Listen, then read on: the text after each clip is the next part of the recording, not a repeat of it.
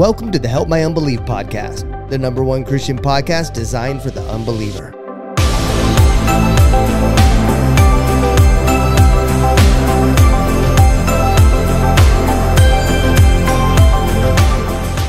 Why are you trying not to laugh over there? Because the minute you said 3, Mark starts adjusting, and even I could hear it. I know. I was like, even I hear that and one. you know I'm getting mad. Yeah, it was funny. And you like that? Mission accomplished. We've started, by the way. And that was it. And I didn't even do anything. That was it. That was the beginning. Dude, I started the show and you didn't even know at that time. That's crazy, dude. Why do you slide it in that way? That's skill. That's skill right there. All right, yeah. If I could have taped this 30 minutes ago, right? Thank you. That helps. What was I going to say? But me and Mark enjoy pissing Larry off sometimes, too. Yes. So we do it on purpose. We did it in the lobby just a second ago. Mark told a joke, and Larry rolled his eyes, and it was not a very tasteful joke. And I told Larry, I was like, you thought that was funny. And he's like, no, I didn't. No, I didn't. It's hard because I'm reading Proverbs right now, and yeah. Oh. So Proverbs tells me I probably shouldn't tell jokes like that. Nope. According to Solomon. See, and that is... But it's helping me. I understand. And listen, I get it. All right. I used to be the most foul-mouthed. Wait a minute. Unbelievable. Wait a minute. Oh, yeah. No. I got you by a few years, dude. But wait a minute. You are now leading the audience to believe that I was foul-mouthed. Maybe No. What? That's not my intention. What I'm trying to explain is that I was there. It was pretty off-colored. Far worse than you've ever imagined. Right. Yeah, okay. I mean, your joke hung out is what you're saying. I would have shocked you. There were sounds like a challenge. No, not anymore. But I mean, there was things that I would do for reaction. Yeah. Reactionary purposes, and me too. Yeah. People would say, that's not funny. Right. Your sense of humor isn't the same as mine. The best joke to me was when they didn't get it. Yeah, because I'm a one-man show, and I enjoyed my own show. If you didn't get it, are you still reading the Bible to Beth? Yes, I am. We stopped. We took a pause in Psalms. We're at Psalms we're over halfway through the Bible. We're at Psalms 97 or 98, and Beth said, I want to meet Jesus. I'm getting good context with all this Old Testament stuff, but I want to see Jesus. And she said, I hear if you read one chapter a day, you'll meet Jesus on Christmas, on Luke. And no, I think you don't. But then we got to understand, anyway, Jesus is about to go to the cross. He's going up in front of Pilate now. So I think he will be crucified or raised again on Christmas. So when you're reading through the Old Testament, you don't have issues with it? Like you don't have... You mean issues like some of the people we've listened to on the podcast? Yeah. No, because I've read the context.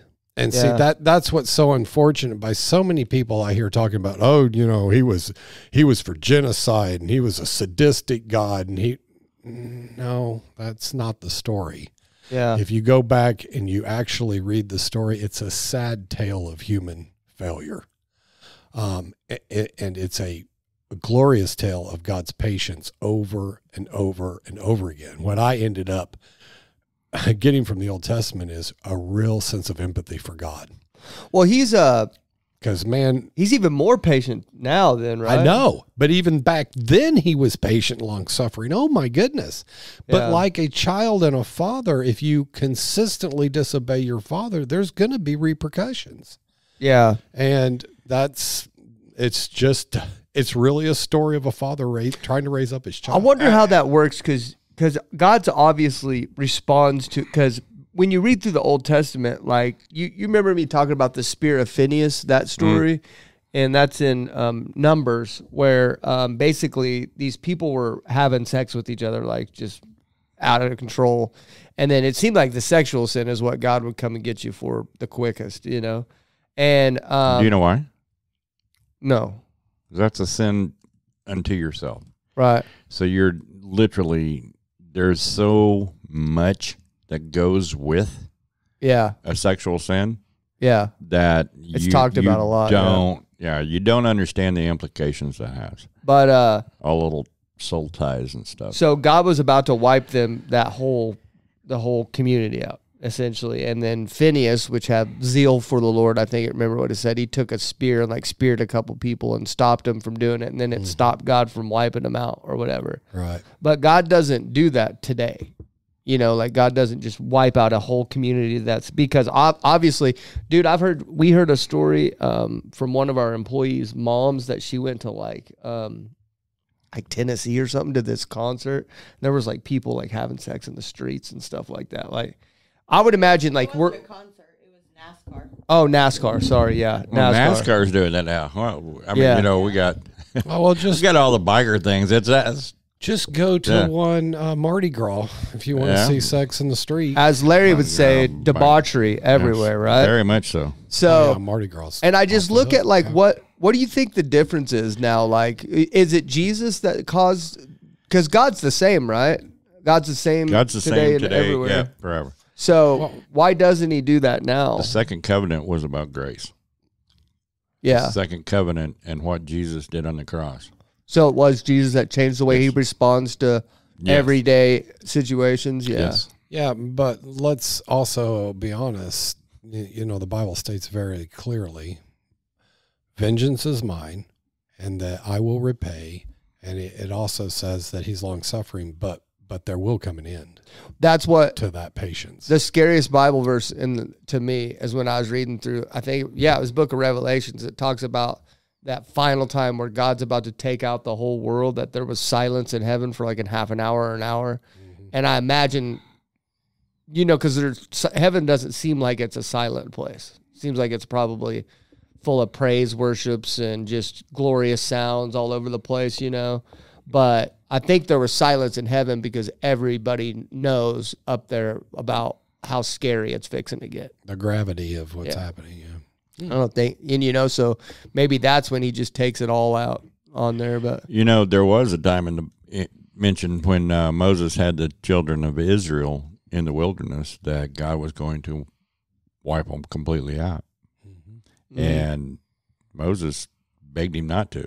Well, God was going to kill Moses. Then there was another time when Moses was begging God, kill them all. Please. Why did you put me here? And that's the other thing I got was just so pity for Moses. You know, I mean, talk about a stiff-necked people, you know. I mean, good grief, he goes up on the mountain. God speaks from the mountain. The people plead with him to make God quit talking. It's too powerful. They can't stand to hear it. He goes up there. He's up there for a little bit of time, and they're all, oh, well, you know, I don't know. Maybe it's just a storm up there. We need our own new God. Who does that? Yeah. Humanity. Didn't take them long at all. Literally didn't take them long at all to turn away. And then didn't God almost kill Moses too at one point?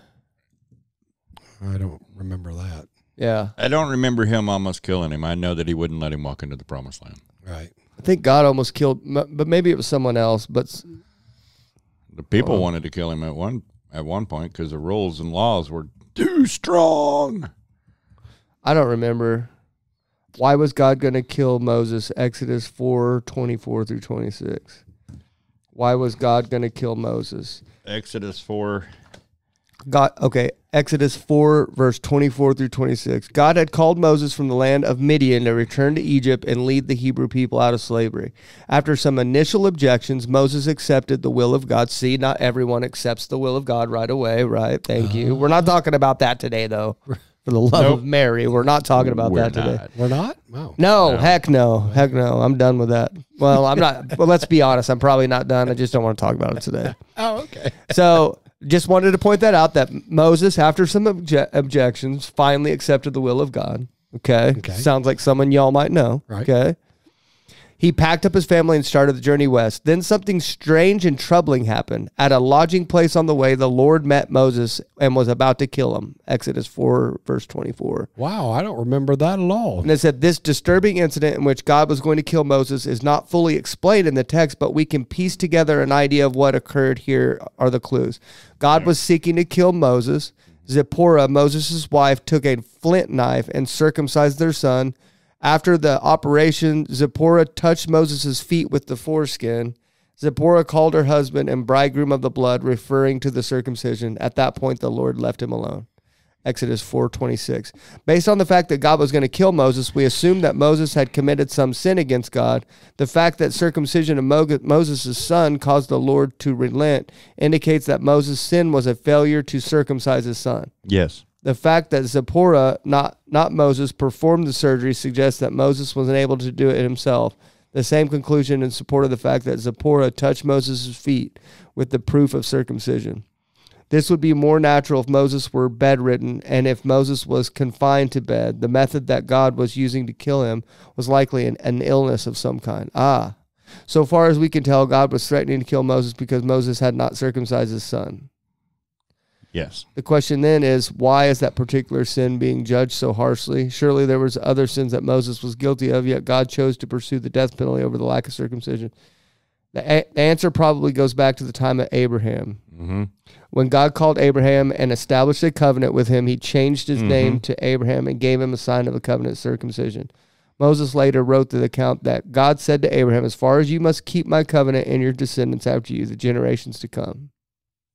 You know, I've always thought to myself that like I wish even since I was a little kid, I thought this, that I wish I would have lived back in this time because it would have been easier to serve God. But I don't think so, bro. Like, we have Jesus now, thank God, because like all this stuff like that. Well, the law was made to eventually to bring man to his knees, to understand that nothing. I mean, can you imagine having to sacrifice for unintentional sins, having to sacrifice something just as a goodwill offering, having to sacrifice something because you sin or lied or cheated, or, I mean, something had to die. And that was God pointing out to his children, there is a result for sin. It's death. I've said it. I can't unsay it. It's the way it's going to be. But it was all in preparation for the gift of Jesus Christ. What would we care if Jesus had come without the law?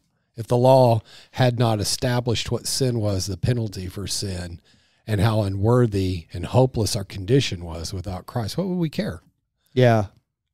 None of us would. If you want followers, if you want to set up your own kingdom and you want followers and you've given them free will, you want them to appreciate. I mean, if you're going to go to war with a general who is willing to sacrifice himself, you know, you talk about men in the army all the time, the guys that get in the dirt with them. Yes, very much. And what amazing leaders they are. Well, God did that like times a billion. Yeah. He sacrificed himself for us to pay the ultimate price. Yeah. To pay for our sins. I mean, I get just a huge sense of appreciation for that. Man, you know. Leadership doesn't look that way anymore, does it? I don't know. I don't know. It doesn't really look that way anymore. Well, I grasp what you're saying, but I believe that the word in itself sometimes is a little confusing. What do you mean? What are you defining as leadership? Because No, in the I mean, military, no, I was here's agreeing with Here's Mark. why I'm touching base with this. In leadership, I was taught in the military that leadership was my sergeant, the next guy up from me that had control over me. Okay, that could tell me what to do. That was my leadership. So now the definition of that word is somewhat changed in the civilian world versus what it was in the military world. The ultimate leadership in the military is not the general. It's the president of the United States. President of the United States. But back then, that's why I said leadership doesn't look like that, because you're right. God really did send himself down here to literally experience life. And even at one point it said that Jesus veiled himself from himself, that he was God. Like, so what that tells me is I got to walk on eggshells when I'm talking about this, but here's how I understand it, is that Jesus experienced what it was like to be fully human. All the way. Could he have got himself off the cross at any moment? Yeah. Could he have stopped and changed his mind? Sure. Yes. But he experienced exactly what you and I feel, because he he veiled it from himself. Like He had to. He stopped himself I from. think that happened. I'm reading Luke right now. I think that happened at the supper with his disciples, the Last Supper. Yeah. Because he said, before I sent you out, I told you to wear no sandals, to take no bag with you. Did you lack for anything? And they said, no. And he said, now I tell you, pack a bag, take money, sell your tunic and buy a sword. So I think at that moment, he turned his back on his Godhead and he became man, because right after that supper, that evening, I believe, or the next day, he went to the Mount of Olives and started praying. And that was the immediate prayer of, God, if there is some way, let this cup pass from me. He was feeling his complete and full humanity. And it said that he prayed so hard that his sweat became blood. Yeah. So he was suffering with complete humanity. That's when he was fear, Yeah. all the things that we experience. That's when he was I going agree through. To a point. I don't agree. I mean, I think that maybe at that particular point, let's use me for a moment. As a child, he had no glasses. As an adult, he had glasses, therefore he could see. Mm-hmm. Okay. And then at that particular time, I believe he might have put on the sunglasses so that he was blinded a little bit more than what he was, so that he wouldn't, because you got to stop and think about it. If the child in itself knew that it was God, mm-hmm. that Jesus, as a 5-year-old, 6 years old, I want that, get it, that kind of, how would he respond to that? Yeah. So I think he was completely veiled from his knowledge. Mary knew. Oh, I see what you're saying. But I don't think but wasn't Jesus he young? knew. Wasn't he young when he was like teaching those rabbis? rabbis? We have no teachings of any. We have nothing. no understanding until he was he ran 12. away. Yeah, until he ran away at 12. But 12 is Well, still he didn't young, run away. yeah. He just didn't. Ran away from his parents? No. He didn't run away. He was in the temple, he was teaching them. And then when they packed up, you got to stop and think. It wasn't like, is everybody in a car? There was a caravan. Home Alone. So, I mean, like Pastor Kevin it was the first true Home Alone. Maybe that's where they got the Home Alone story. Could be. Because that's exactly what happened. Jesus was jumping on the bed in the church. Right. Pastor Kevin gives a story of where one time they left one of the ski trips or something, I think it was, youth ski trip, and his son had fallen asleep on the pew at the church, and they all, they were, Martha and him both were in different cars or in different vans. So he's thinking Carter's back here, and they're thinking Carter's up there. And, so they left Carter asleep on the pew and made it down, 50 miles or so, and then turned around and went back, when they finally realized. 50 miles? Yeah, it was like an hour or so away. Yeah. I have to say, I like your point, because next in that verse, it does talk about how angels were sent to minister to him. And we know that he was talking to Moses and Elijah too. Yes. So Transfiguration. Yeah. So he had to know he was God, but man, just the idea of him saying, that really hits me right in the feels, is him saying, look, if there's any other way we can get this done, I know what's ahead of me. I don't really want to do this. I'm doing it for you, God. The humanity of me says, run away, please ask for it to be over. He accepted it. He did it. But he also asked if there's any other way to get this done. Could we do that? And he knew there wasn't. But the beauty of that and him still going through it, our Creator, that's pretty cool. We can say that we would do that for our family, that we would give our life for our family, but we have no concept of what it actually would be when it came down to it. Right. Especially that traumatic of a death, dude, and everybody knew it. Like he knew that wasn't an easy. He knew that's not an easy death. Yeah, I mean he was put on the cross at 9:00 in the morning, and he wasn't taken off until 3:00 in the afternoon. That's 6 hours, basically. Yeah. I mean, well, I know I can understand math. It's 6 hours, but I mean, I'm using the time frame that we call their first watch and all that stuff.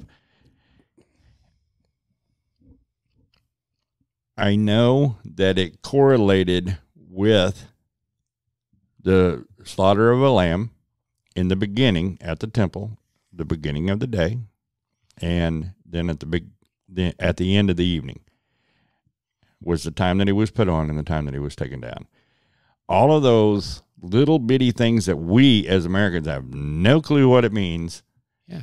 All of those little things meant everything. That had to be God. Everything. Because my goodness, Perfect. the Sanhedrin was the one that wanted to put him to death. You'd think that they'd pick the unholiest day Yep. to do that. And they couldn't help it. Had to get it done before Passover. You know, there's a part in. I mean, for the Sabbath, and then there was something else because they did the Passover dinner before. So you know, there's a part in the book of Matthew that kind of shook me up. That seemed like it wasn't like, I don't know. It just seemed weird to me. But there's a part where I think it was right when Jesus died, right? So where it said like the ground shook and then like dead bodies came up from the grave and walked on the earth for a little while. You remember that? I want to see. I don't remember him walking on the earth. No, I don't either. I remember it. Jesus went back to all those who had died before and gave them the opportunity of grace through his blood. And we don't, that's a mystery of God. We don't know how that happened. Yeah. But The biggest thing was the tearing of the veil. Yeah. To me, that was the most significant because that's what sets us up to be able to go to God Directly instead of having, through Jesus. we go through Jesus, but he's the priest. We don't have to have a man-made priest anymore or any of that. Since that particular time, I mean, you got to go back and look again at Jewish culture and how the temple was set up, and the only person that could go into the holies of holy was the priest of priests. Read this. You know, that's why I totally. Where are we at? If anybody's listening that has cherry picked, and I don't mean that in a bad way, but has looked at their community and their community is saying, well, take these 3 verses. I mean, what kind of God is this? I highly encourage you to contextualize what you're reading and to go back and to get some background and to understand God's thinking. That's the reason that the Bible is a full book. And there's just not verses popped out there, I mean, some people do that. We see it on the good side and on the side that doesn't believe, taking little verses and attaching a whole lot of meaning to them that is frankly not correct. It's not contextual. It's not biblical. You're taking a little bit of meaning, attaching a lot of feelings to that and opinions and conclusions, but you got to go back. You got to go back and read the story coming up to it, to that point, to understand. You mean like the verse that we were talking about before on the judge not, lest you be judged. And that's where everybody stops? Right. Hey, don't judge me. Right. Right? Right. Okay. And then what's the rest of it? Because you'll be measured with the same measuring stick you use. Yeah. You'll be judged as critically as You are judging others. Yikes. When you stand there before God. Right. That's the measuring stick that he's going to use. Yeah. Is how, what do you think about your brother? Right. What'd you say about the pastor? Right. What'd you say about your sister? Right. Okay. Matthew 27:52. 27:52. Yeah. I am in Matthew 27. Every time I have a verse that kind of shakes me up, I should probably talk about it on here. That way, we get, because now I'm reading that way this. Pastor Gary can pray for you. Right. Pastor Gary's been praying for me. That's awesome. You want me to read it? Good man. Matthew 27:52. It says several. Okay. It says the tombs. Okay. You have NIV, right? I have NLT. Okay. NLT says, and tombs opened, the bodies of many godly men and women who had died were raised from the dead. So that's when Jesus died. It said in the book of Matthew 27:52, when he died, that the earth shook and the tombs of many saints had opened, and then they said the bodies of them were seen walking around in Jerusalem. And when I read that, I was like, oh, yeah. What? It just seemed like completely out. Like, it really does say that.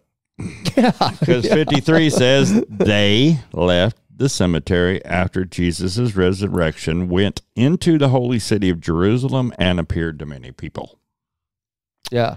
I read that in Matthew, and I had to step back because it started to give me some doubts, obviously, because I went from reading the Bible and the story of Jesus to reading like a Goosebumps book written by R.L. Stein. Right. You know what I mean? And I had to stop, and I stopped reading it, and I just started praying. I was like, I got to get out. Right. I was like, I got to get out of here for a little while, because that caused me to like, now I feel like I'm reading a Stephen King book, you know? Right. But let's read somebody's what do you call it? Commentary On it. Okay, it says several dramatic events took place in the moments following Jesus' death. Matthew 27:50. The temple's massive thick curtain was ripped in half from the top down, clearly an act of God. There was an earthquake and rocks were split. Here, Matthew begins to add detail about disrupted tombs and the bodies of the saints who had died. Verses 52 and 53 are only vaguely understood and much debated among Bible scholars. Only Matthew adds this detail to his gospel. In direct language, this verse indicates the earthquake caused by Jesus' death breaks open some of the graves holding bodies of saints. In this context, that would mean God-honoring people from Israel. We aren't given further details on who these people were. They may have been prophets, heroes, or simply people notable for their goodness. Reading this Bible verse with the next one, it is clarified that the tombs are opened at the time of Jesus' death. More remarkably, according to verse 53, these uncovered bodies were seen alive in the city of Jerusalem after Jesus rose from the dead. A relatively minor point of debate here is whether the saints were raised immediately upon Jesus' death, only going into the city after his resurrection, or whether they were uncovered but did not live again until later. These two verses are the subject of much great controversy over the exact meaning and literalness of their content. Arguments have been offered that these verses are insertions into the original text. Others suggest this is purely symbolic reference. Some say that they are not even symbolic, and the statement is made purely in a poetic sense by Matthew. The most reasonable interpretation, challenging though it may be, is to read these as a straightforward and literal part of the narrative. Sometimes the Bible goes off on these little, they like punch these little paragraphs in there, punch it in there, and you go, good grief. That a whole novel could be written of. Okay, some dead saints rose from the dead and were seen in Jerusalem. Then what happened? Come on, bro. Did they walk and apostolize with Jesus, or did they just appear and then God took them up to heaven? What happened? It's not written. Yeah. It's not written. It's not written. It's there for you to worry and speculate. Right. And form your own religion about, and then isolate and cut other people off and tell them they're not going to heaven unless they believe in the literal. You understand what I'm saying? You know, we have these do not argue over disputable matters. There's kind of the answer. You'll never have the, it sounds like you'll never have the answer to this. I think that's why it takes faith to please God. Right. Is I don't have to know the rest of this to believe it. Yeah. Okay. Hey, look, that's what the Bible says. And I think that's what has happened in society so much now, is that we no longer have an absolute to believe in. I mean, we do as far as Christians, because we understand what the Bible actually is, which is the undisputable Word of God. It is set here for correction. It is set here for discipline, and all of it. We are to learn from it. I say it over and over, John 1:1. The Word is God. God left this Word. It says in 14, it says in 14 that the Word was made flesh. That meant that this is Jesus. The Word is Jesus. The Word was in the beginning with God. The Word is God, and the Word was made flesh and walked among us. There's only one that walked among us. Well, I think you're right. And look how confusing it has become, because right there is all truth, in my opinion, and my belief, my faith. It's all truth. And it makes sense to me. If you remove the Bible from our society, we're rudderless. We're not male or female. Yes. I mean, let's just take that, for example. We're taking children away from parents because they won't agree that the brainwashed child, that there's no absolute. Well, that you're not a male. Mm-hmm. That you can be whatever you want to be. And but yet DNA says what you are. We're giving them hormone blockers. Eventually, we're doing irreversible surgery on them that ruin their capacity to enjoy sex as an adult, that completely screw them up, and we think that this is civilized? We're going backwards. Now, I see one. There's no absolute. There's a clip on Facebook where the girl goes in and tries to get a tattoo, and the guy says, "You're not 18. Right. You can't get one." Well, how about that bottle? How about cigarettes? How about the vape? How about no, I can't do that. I can't do that. Well, I guess okay. How about? And she says exactly that. Okay, how about a gender change? Yeah. And he was like, "Yeah, sure, just sign right here." Yeah, we'll drive you across state lines, give you an abortion. Yeah. There's sorry.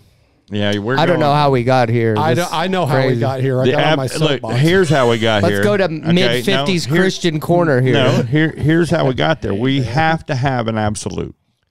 I do. And this is the absolute. Yeah. This is the truth.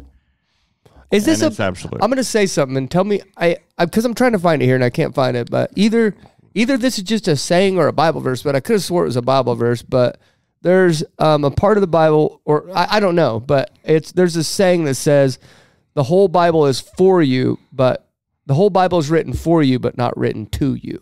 Is that a Bible verse or is that a saying? I've never heard that. I've heard that a bunch, and I can't remember if that's a Bible verse. I don't know now. I don't know. Well, ask Siri. Siri will tell you. Hey, Siri. No, you can't do it that way. You actually got it up. Oh, I got it up in Larry's voice. Hey, Siri, is there a Bible verse of the whole Bible is written for you but not to you? Okay, I found this on the web, for I got it Larry's voice. Hey Siri, is there a Bible verse of the whole Bible is written for you but not to you? Check it out. It says Blake Shelton Bible verses. Oh, did you? For those that isn't the beast a cuddly little neat thing? We're asking Satan's hand device about Bible verses. Okay. Sorry, going off our rails again. No, hey, look. I'm gonna put you guys with Alex Jones. If you use it, man, I'm ready. If you use making the frogs gay. If you use a gun for bad, it's evil. If you use a gun for good, it's good. Right. If I use computer, I use internet, I use all of these tools of Satan to glorify God. Right. I don't do the wrong things on that. What is amazing is I've just noticed that the things that pop up for me, and my wife actually clued me into this. Her Instagram is just nothing but beautiful homemaking, homesteading, and religious. I mean, that's all she gets. Yeah. Yeah. My Facebook, I'm astounded at some of the things that come across my feed. So I just started liking all of these religious groups and Bible groups, and suddenly, the algorithm's working, and I don't have to see any of that. Yeah, every once in a while, one will come across, and I'm like, X report, right? Hide and report or whatever, right? And I don't want that crap on there. It's just a saying. Yeah, it's not a Bible verse. Well, but I mean, if you think about it, it's true. It's true. The Bible is technically not written to anyone in this room, but it's written for us. It's written like Paul wrote to many different churches, and they wrote to someone else. I don't know, but 7. But it's made for us. Topher, I got it. 7. You can ask me that question. I'll give you the names of them. But I think that's good when we're reading those Bible verses like that, where it's kind of stuff gets a little wild in there. That man, that wasn't written to you, and if you don't understand it, then that's why I think trusting God is always the most important, even above the Bible. Having a relationship with God, trusting God is more important than any of that, because when I start to doubt, I just trust there's a reason why I don't understand what's being written. Like if God wanted you to understand something, you'd understand it. He gives you wisdom when you ask. So, okay, we got to get to our guest. We're at 35. We didn't get to what I wanted to. What were you going to get to? Love. Well, whose fault is that? Did you tell me that before show that we were going to get to? No. Between you and Mark? Well, no, that's dumb. But I that's about the dumbest thing I've heard. No, you had something to talk about. See, you didn't tell the guy that leads Mark, the show. I didn't even get in it, and he already started. Right. I told you. He's afraid of love, man. I'm telling you. I am? Yeah. Okay, definitely. let me hear it. We got 5 minutes. Go. I want to explain the difference of loves.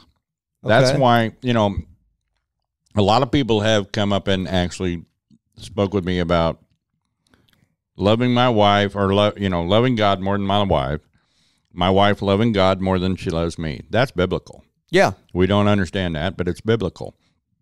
And you bared your soul and said, I don't love God more than I love my wife. Right. Do you understand that there is a difference in the types of love that you have? And one can be stronger than the other until you exercise it, just like faith, until you exercise it and make it strong. I looked it up because most of this is in Greek, and so I had to look up things. There's eros. It was romantic love. It's like flesh, flesh of the love. It's not a spiritual type love, but it's flesh. It's like when I say I fell in love with my wife when I first saw her, that was it.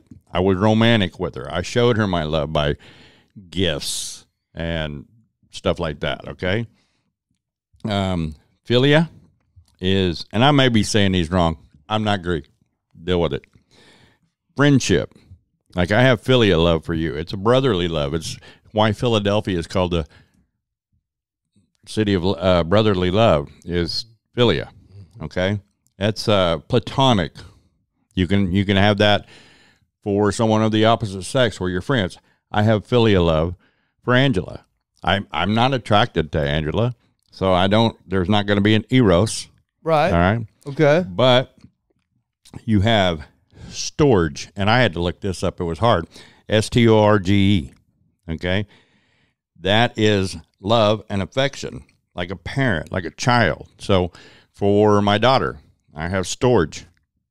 Okay, not storage. These are all like old Bible Greek words from like these are back in Greek the day? words. Yeah. Okay. Okay. Then you have ludus, which is unbelievably Latin, and I don't know why they included it with all the other Greek words, but the Bible was written in Latin. It was written in Greek, and it was written in Hebrew, by the way.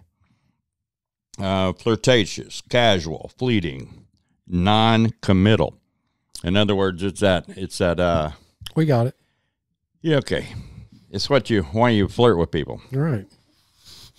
Pragma, which is practical. It's a duty. It's an obligation. It's a logic. It's those ones where, I love my church. I love my church. Okay? But I'm not in love with my church. Like you love it because you have to? No, it's because it's practical. It feels that need in me. It's that obligation type. That's the one I have forgot Okay. then. That one right there. Mania.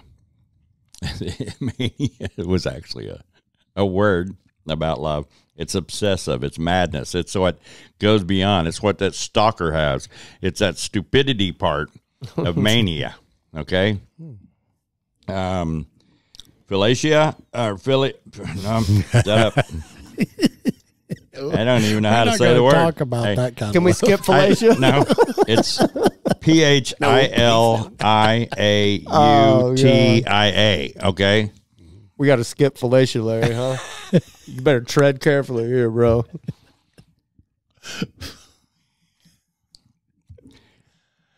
All right. Self-love, Oh, God. self-worth, I'm not talking about your self-Philatia. confidence. That you do have to love yourself. Self-esteem.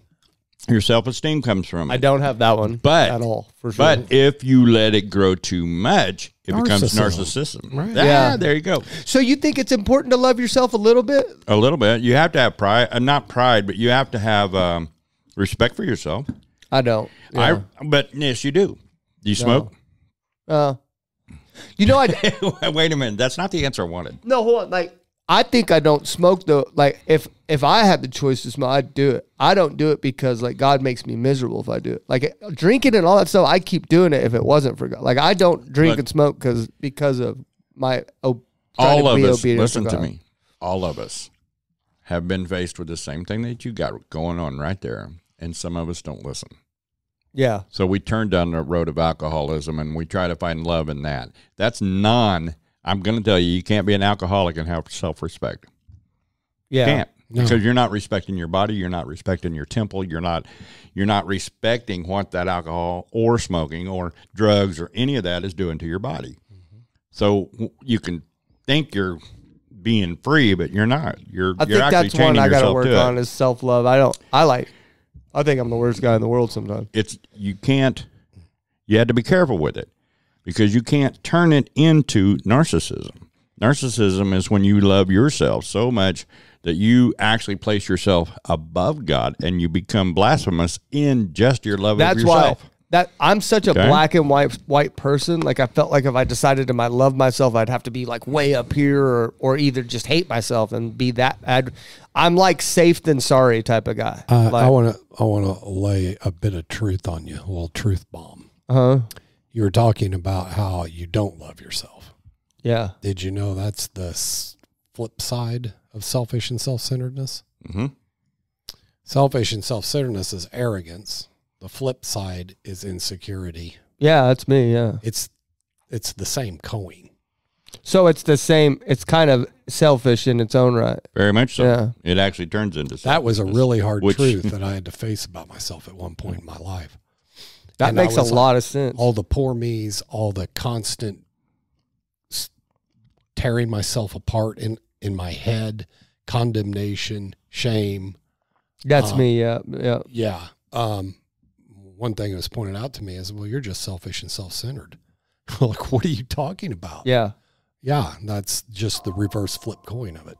Anyway, sorry. That's so cool to be. I was working. The gutter guys came when we were fixing up that roof yesterday, and there's this like older like Indian fella that came there, and he was just such like a positive and upbeating guy, like, and I was like, man, I'm like, you can either be like me and just be negative and unhappy and crappy and stressed out and stuff like that all the time, or you could like be that guy. He's the opposite of me. And what was cool about him is like, I sat there and watched him, and he got in this thorn bush, right? And he goes, oh, yeah. When he gets in the thorn bush, he goes, oh, yeah, buddy, this is life. This is how it is. Woo. And he's like, he's sitting there, and then he just drills in the gutters. He just goes into gutters, and I'm like, oh, that's just, I go, that's just probably how your day is going, right, bud? He goes, no, I love this stuff, buddy. This is life, bud. Woo. And I was like, wow, dude. I want him in church. I'd have been cussing and like saying, I don't want to be alive anymore. Like I would have been going crazy. And this guy's just like, he's in a thorn bush and just so stoked to be there. Paul tells stoked you. to be happy in the thorn bush. Yeah. Paul tells you me. that. Right. Yeah. I mean, and that's a literal example of how we should be. Yeah. And I can come into this church on a Sunday morning and be a headache, worn down, didn't sleep very well, just showered, so at least I'm clean, you know, I'm shaving, so that's all good. But I'm just not here.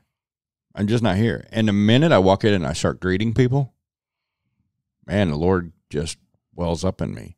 My strength is in the Lord, not myself. Yeah. And when you look outside your physical issues, then you can survive when, like some of these POWs did, where all they did was focus on God through that whole time. How many times did Paul praise the Lord while he was in chains? And their prisons back then ain't like now. Yeah. Okay? They didn't care about your humanistic rights. Your feelings. They didn't care where you came from. Yeah. They were cruel. They say they were like in sewers and stuff, like in the bottom of sewers. Yeah, they got TVs in your prison now. Yeah, so. yeah. Tablets. They're not. You got iPads. They're better. Well, I'm not going to go there because that's not. Finish off your thing. Okay, you're at 10 minutes. Here's the one that we need. You keep interrupting.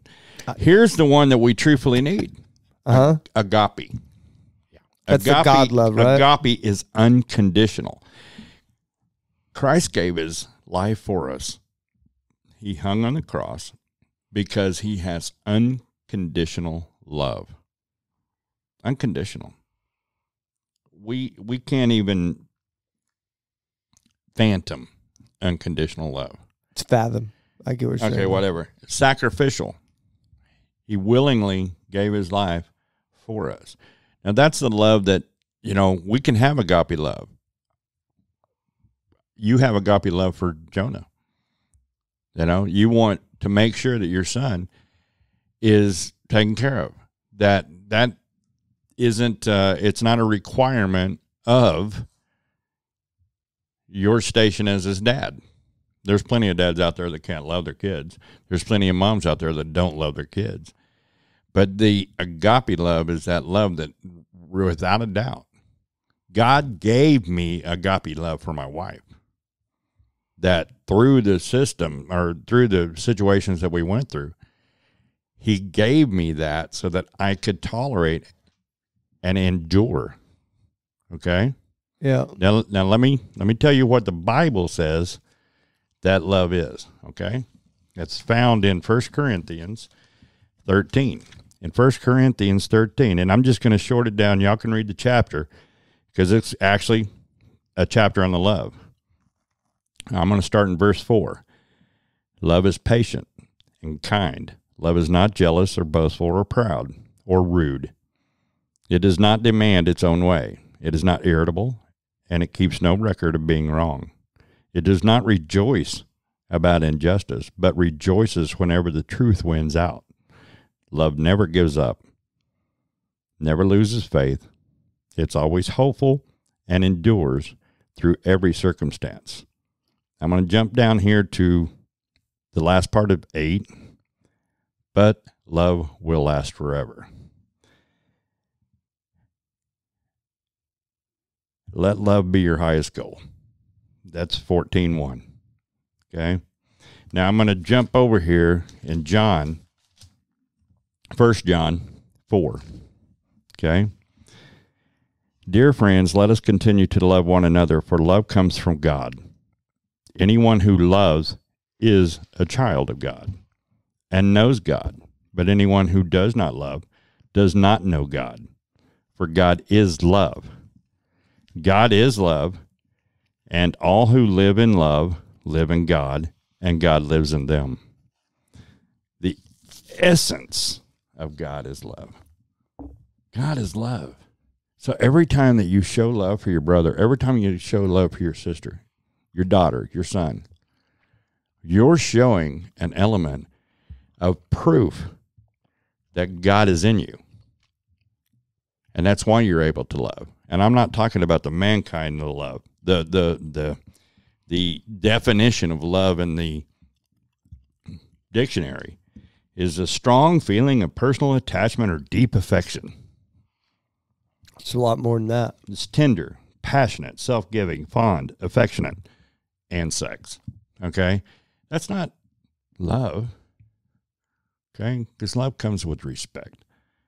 Love comes with you're willing to put that person's needs over yours.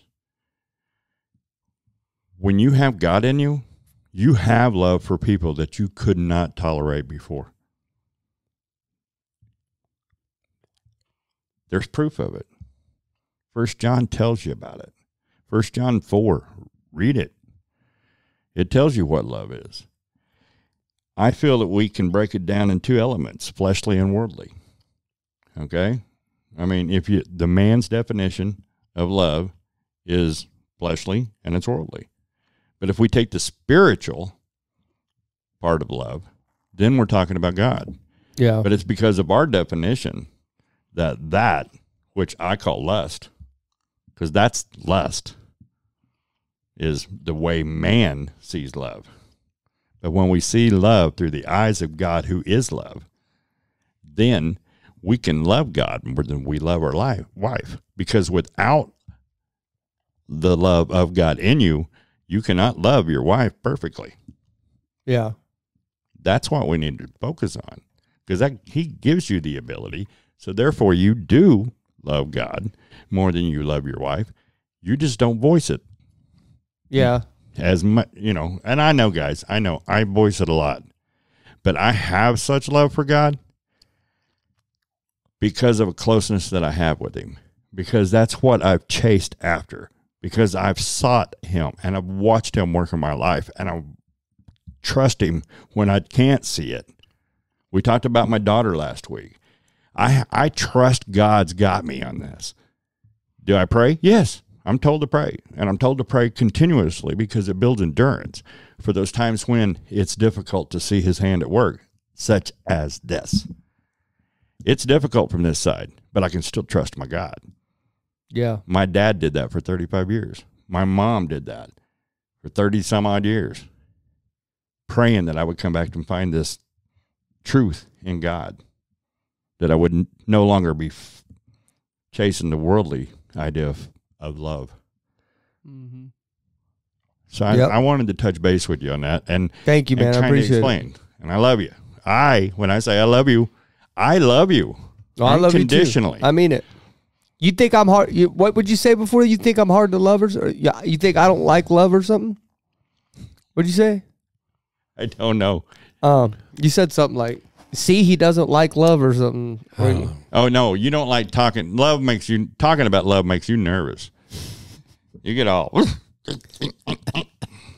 Zach's like, yeah, it does, 100%. Yeah. Well, you can ask her. I'm not like the most like just romantic and be like, I just want to scream it from the mountaintops how much I love you. I'm not that way. No, really. And have you ever? Because I have about Darcia. I have stood on Mount Scott and screamed it, and it made me feel good. But you know what makes me feel better is screaming hallelujah. Mm-hmm. Screaming hallelujah takes the air that he has put in my lungs and said, praise be to God. Did you know hallelujah is I just literally said, praise be to God. Hallelujah is the only word that's translatable in every single language. No, I didn't know that. It's pronounced the same in every single language. How come it's spelled with an H sometimes and an A at times? Because it's in a different language. Yeah. Good point. Okay, let's get to our guest. You had the answer. I'm sorry. We burned almost an hour. Yeah, I'm sorry. Okay, so we're going to get to Raven. Raven is a pagan witch. I think Norse pagan is what she is. And we're going to get to her now, so we'll have plenty of time to speak to her. Let's get to her, Raven. Hello. Raven. Hello. How are you doing? I'm good. How are you? Not bad at all. I think we're probably pretty late, so I'm sorry for that. No, that's okay. Actually, I'm glad you called when you did. We were just going to go eat. But no, this is fine. It's Larry's fault. Completely my fault. It's Larry's fault. Okay. Well, we'll blame him then. I don't know. Have you watched any of the shows before?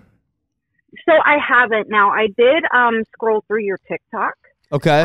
Just to get an idea of like your beliefs and, you know, the kind of content that you posted, but that's about it. Gotcha. And I've talked to Coco. a good bit about this. Okay, good. Or Kyle. So let me explain a little bit about the show and how it goes. Okay. We are the Help My Unbelief podcast. We are a Christian podcast, but we are designed for people that don't believe in God. This show is literally, the hopes is that people that don't believe the same thing as us will feel comfortable listening to the show. We've designed it more for them than Christians. Okay, got you. Because I did ask him after, you know, going through the TikTok page, I was like, so is he Christian? He was like, he is, but calm down. Yeah. Because I'm used to being attacked for having different beliefs. Yeah. And, you know, it made me a little nervous. I won't even lie. Every single person I talk to that come on the show is sketchy about me at first, and that makes me feel even more disappointed in where Christianity's at, because I do have to break down these walls every single time to get a person to come on the show. Every time people are like, "Whoa, like this guy, you're a Christian, you want me to come on your show? No, thanks. I'm not going to go get beat up for an hour. No." Well, and it's like, you know, I told Coco, you know, I have a handful or two of Christians in my life right now that love and accept me for who and what I am. And I wouldn't trade that handful or two for nothing in this world. So I'm not, you know, I try to respect everyone's beliefs, because I know that we're not all the same. And I know that we're not all going to believe the same thing. Right. It's just the constant attacking. Yeah. They do it to each other now too, so don't feel bad. Yeah, they absolutely do.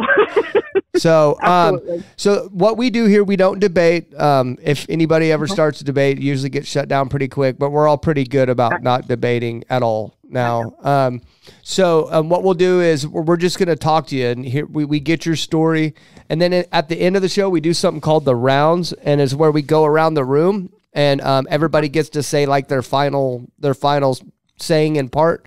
And since you're our guest, you get the final word. So, cool. but let me go around the room, and I'm going to introduce everybody so you don't get sidelined by anybody's voice. I got my executive producer Mark in studio. Hey, how's it going?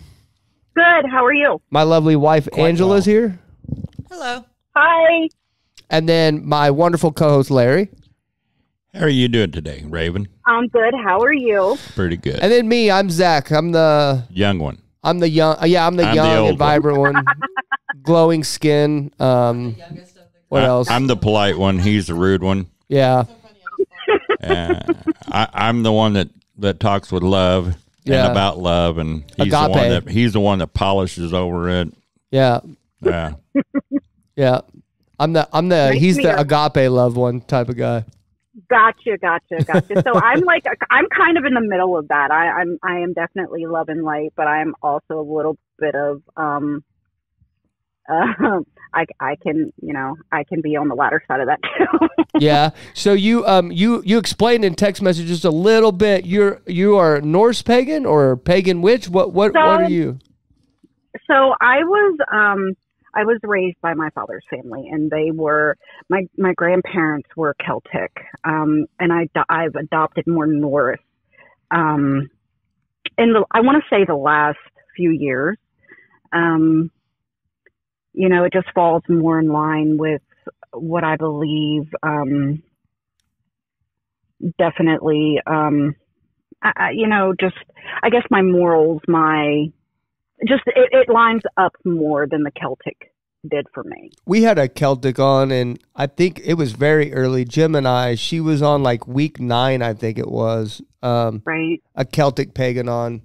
I can't remember. It was way early on, though. She had a crazy story. So you were raised in witchcraft then? So I'm going to start. When I was 3 months old, my mother had me baptized Episcopalian. What's that? What is that? So the Episcopal Church, I guess, is, from what I'm understanding, and I could be totally wrong, it is, it's a part of Catholicism or a church within that. And I was with her till I was 10. And then I went to be with my father and his family. And ever since then, so I knew I was different even before I went to be with my father and his family. Things I saw, things I heard. I knew I was different. And then, when I went to live with my grandparents, my father, certain things that they talked about, certain things that I'm remembering around the home, like they didn't shove it down my throat. But looking back now, yes, very much so. So you were raised in witchcraft. They just didn't Exactly. slam in your face.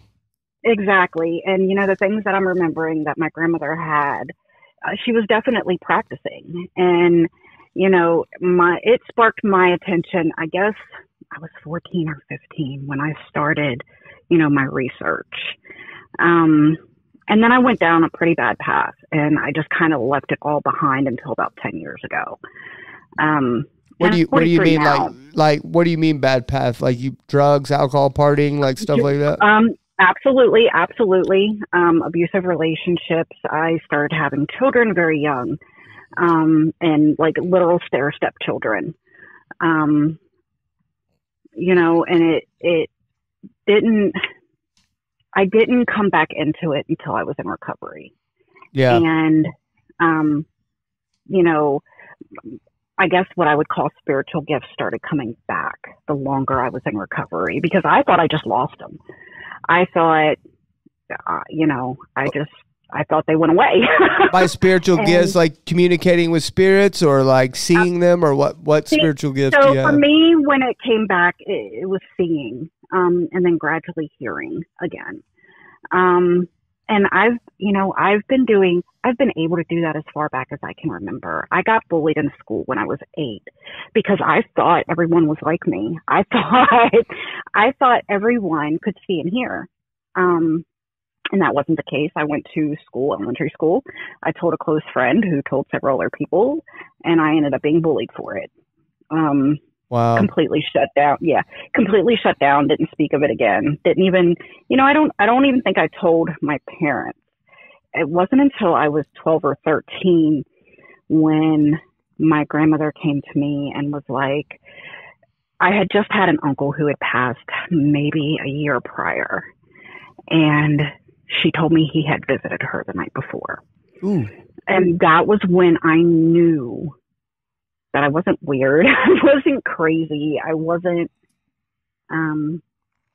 that there was other people like me. Hey, Raven, this is Mark. I had a question. Describe what you mean by seeing and hearing. So it's different. I have been able faces. I have seen imprints of somebody sitting down in a chair, on a bed even. And then to hear the voice with it. Like if I don't actually see the spirit, I've heard the voice. And if I recognize the voice, great. When I haven't recognized the voice, I won't lie, it's been a little terrifying. Thankfully for me, most of the times I recognize it. Now, my husband is an over-the-road truck driver. So we have passed some pretty historical places. Do you ride with him? I do. That's I awesome. Do. Thank you. Thankfully, my children are grown, so I'm able to do that. Right. But it's been an amazing experience. Although, like I said, the historical places that we've gone by, whether it's been a battlefield or even a cotton field, I can remember early on.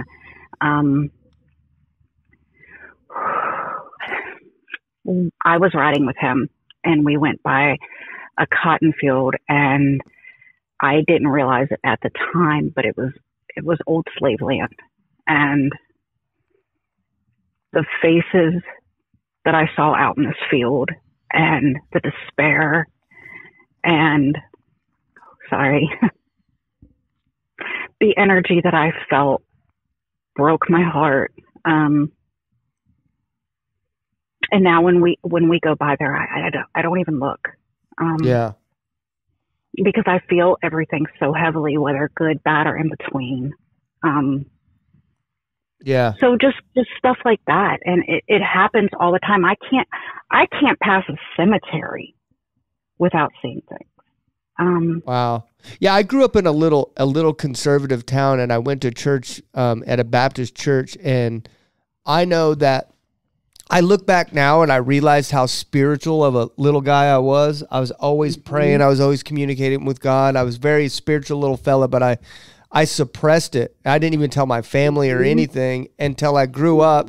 And then I come to this, Pentecostal church, and they encourage it. And I was like, oh, this is my place, dude. Because right. when I used to call Larry and talk to him about some of the spiritual things, I was so insecure to tell him because I was just like, it's weird talking about it, but Larry was always like, bro, don't worry. It is.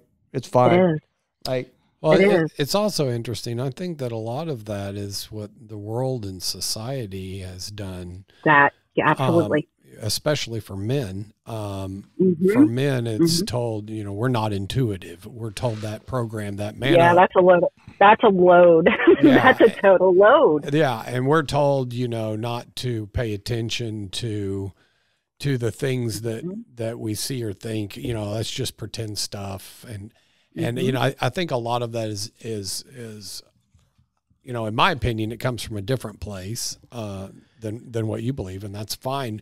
And Right. but I just think that it's interesting how the world goes to work on you as a child and tells you no and slaps your hand and tells you it's all pretend.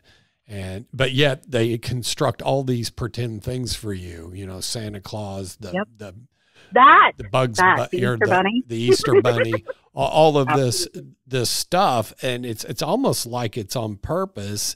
It's like the real spirit world we don't talk about, and you're to ignore all of that. But here's all this fake stuff, and that's going to tell you that it's all a lie. Yeah. Right?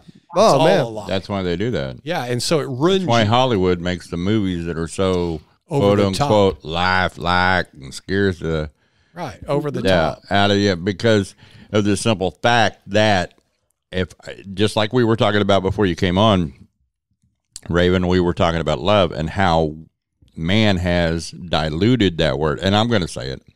Satan has diluted that word to the point that it no longer carries the true meaning behind it. Right. Okay? Right. I mean, that's the truth of it. Now, just to let you know, you're on episode 57, Right. and we had the Celtic Pagan in episode 11 Wow. back in February. So what? I don't think I ever got an answer. You say you're Norse pagan now, right? I am. I absolutely am. I absolutely am. Okay. like and Fro. I really, Like Fro, yeah. Okay. yep. I just learned from my brother. It's been a couple weeks ago that actually my father adopted Norse paganism when he was in the army.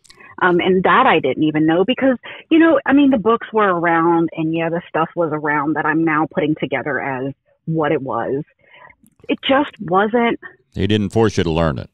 No. And I'm, I tell everybody I'm so appreciative because they let me figure it out myself.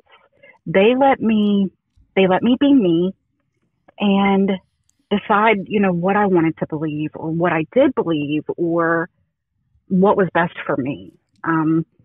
What about Jesus? What about Jesus, Raven? Did you, when you were in Episcopal, I was Googling Episcopalian a little bit, and it just seems like they kind of believe in the Trinity is what I was getting. But what about Jesus? Do you feel like you ever had a relationship with Jesus? So, okay. I don't feel like I've ever had a relationship with him. No. Now, do I believe that?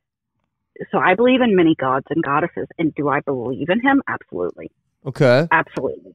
I am probably one of the few that will sit here and say that. But I do believe. Just to tell you, almost all of them say they believe in Jesus. Really? Yeah. Okay, so the ones that I have spoken to do not. Yep. So that kind of surprises me, but I do. I mean, I believe, I believe in Lucifer. I believe in Jesus. What most of them say though is they don't believe that he's like God.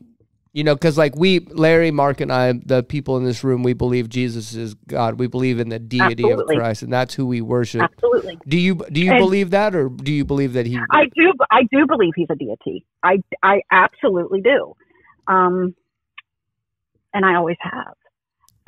You don't think he's the only way to heaven, though? No. As a matter of fact, and I hate to say this, I don't even believe in a heaven or a hell.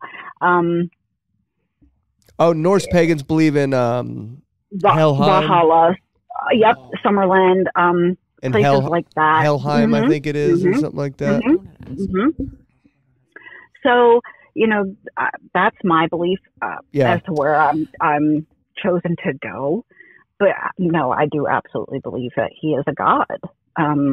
He's just not mine, if that makes sense. Why isn't he yours? What do you have a reason? Like you don't choose him?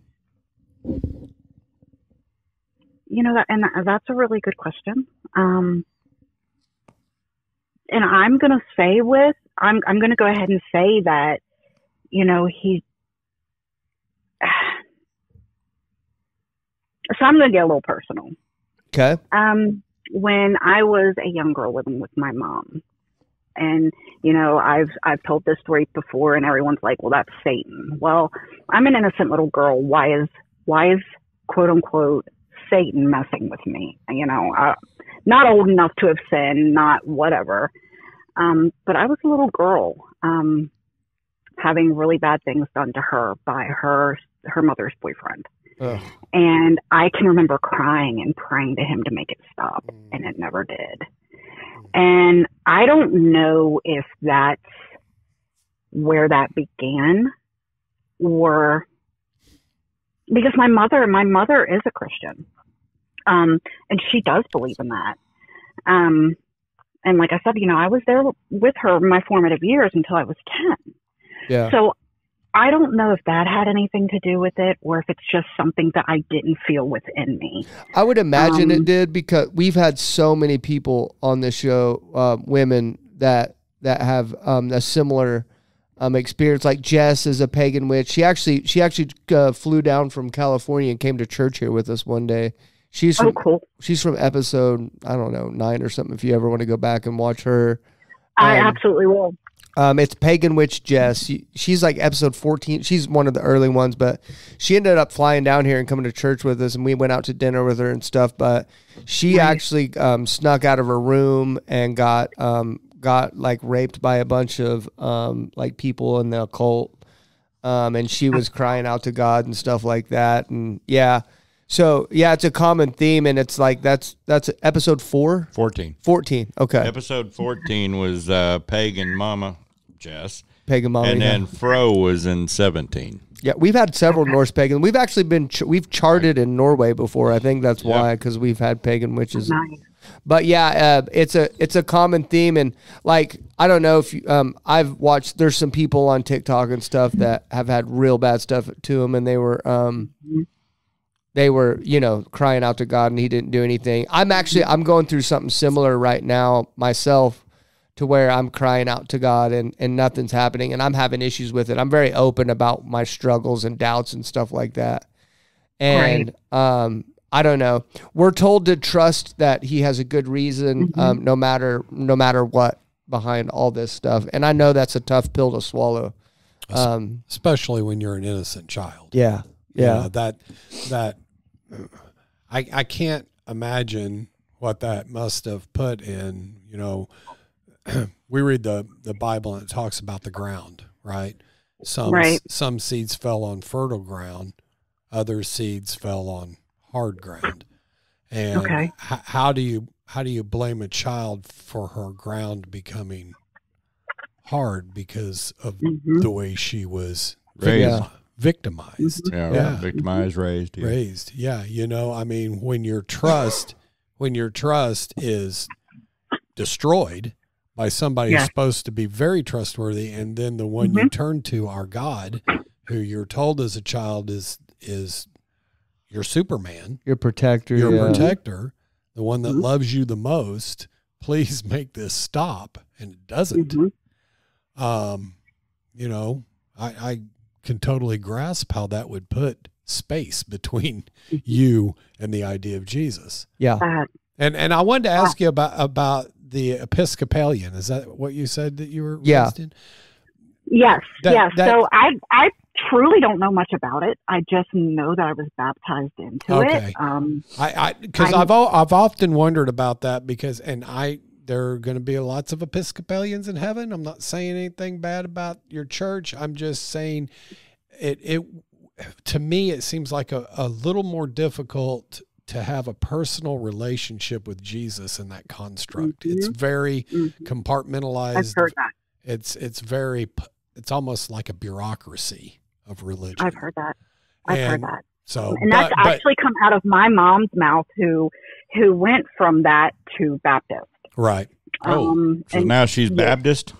Yeah. That's all right, man. No good, very good Baptist. Absolutely. Yeah. But you know, and here's the thing: her and I don't have the best relationship, but she's one of the few that respects my beliefs and doesn't try to shove hers down my throat. And she's one of the very few people that can say, "I'll pray for you," and won't hear an earlobe. You know, I know it comes from a place of love when she says it, and most Christians use it as a knife, like I'm going to say I'm going to pray for you in a condescending way, but really I'm never going to pray for you, and see you in hell, buddy, type of thing. I noticed that, like, I'm going to pray for you, dude. It's like, no, you're not. You're using that as a knife to throw at them. That's what you're doing. Isn't that exactly what we talked about, judging with the same measure that you do? Yeah. Be careful, my friend. It's interesting. I hear him say that, and I remember at his exact age, that was the exact way I felt, because that was my experience. That was what I had seen. And you know, there is an element of people that do that, but that's the thing about all of this. We're all sick. We're all spiritually ill. You know, I've stated before that God created us on purpose with a hole inside of us.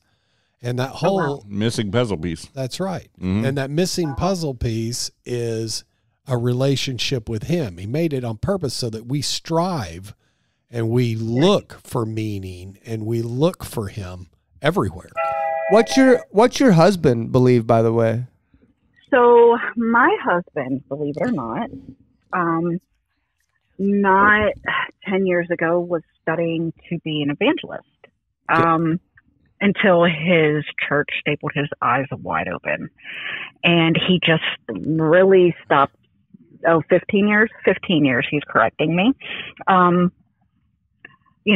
Something happened and the church, kind of opened those eyes and he backed away and he went for years of not believing.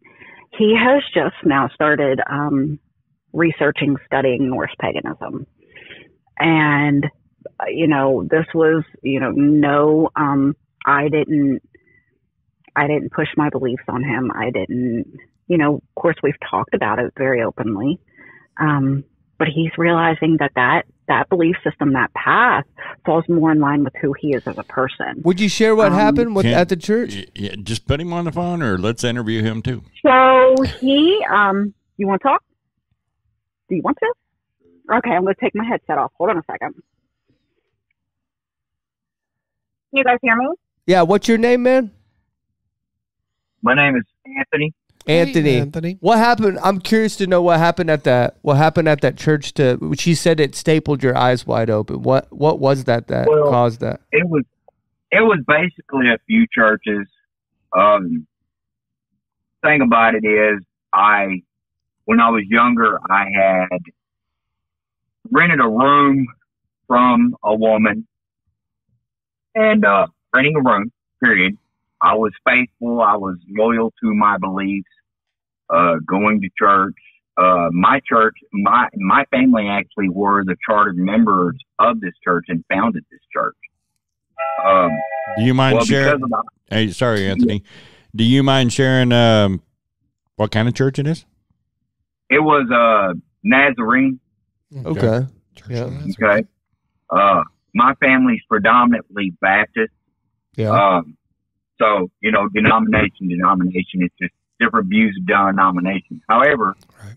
So the optics, I guess, in their mind it was wrong for me to rent a room. And I actually knew this woman because of family affiliation.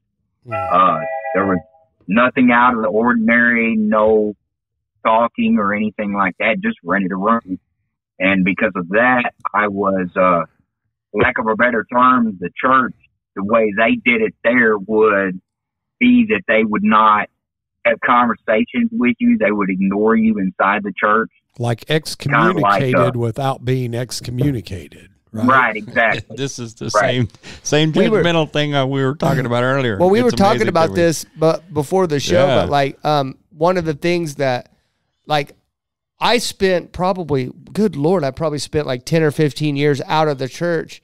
And I didn't stop talking to God during that time. I still maintained a relationship with God, but I even told God, I was like, I'm never going back to church again, ever. I was like, I won't do it, just because of I knew that I could have a personal relationship with God, and the only thing other Christians was doing was hindering my relationship with God. That's it. And I truly believe that. How they say iron sharpens iron, stuff like that, which thank God for you guys now. Thank you, for that. And so I'm not talking about you, and I do see the benefits of it now, but back then, that's all I saw Christians doing was hindering. They were stumbling blocks for my relationship with God because of what happened to my sister. This youth pastor told my sister that she was going to go to hell if she didn't change what she was doing at the time. And then just not too long after that, he got arrested for embezzlement and got kicked, fired from the church. I don't think he got arrested. I think he got fired from the church for embezzling from it. And I was like, bro, what about you? What happens to you, man? And so that's why I always talk on here. Coco posted a couple clips of it last week, but I talk about this quite frequently that lukewarm Christians is what's causing people to walk away from the church.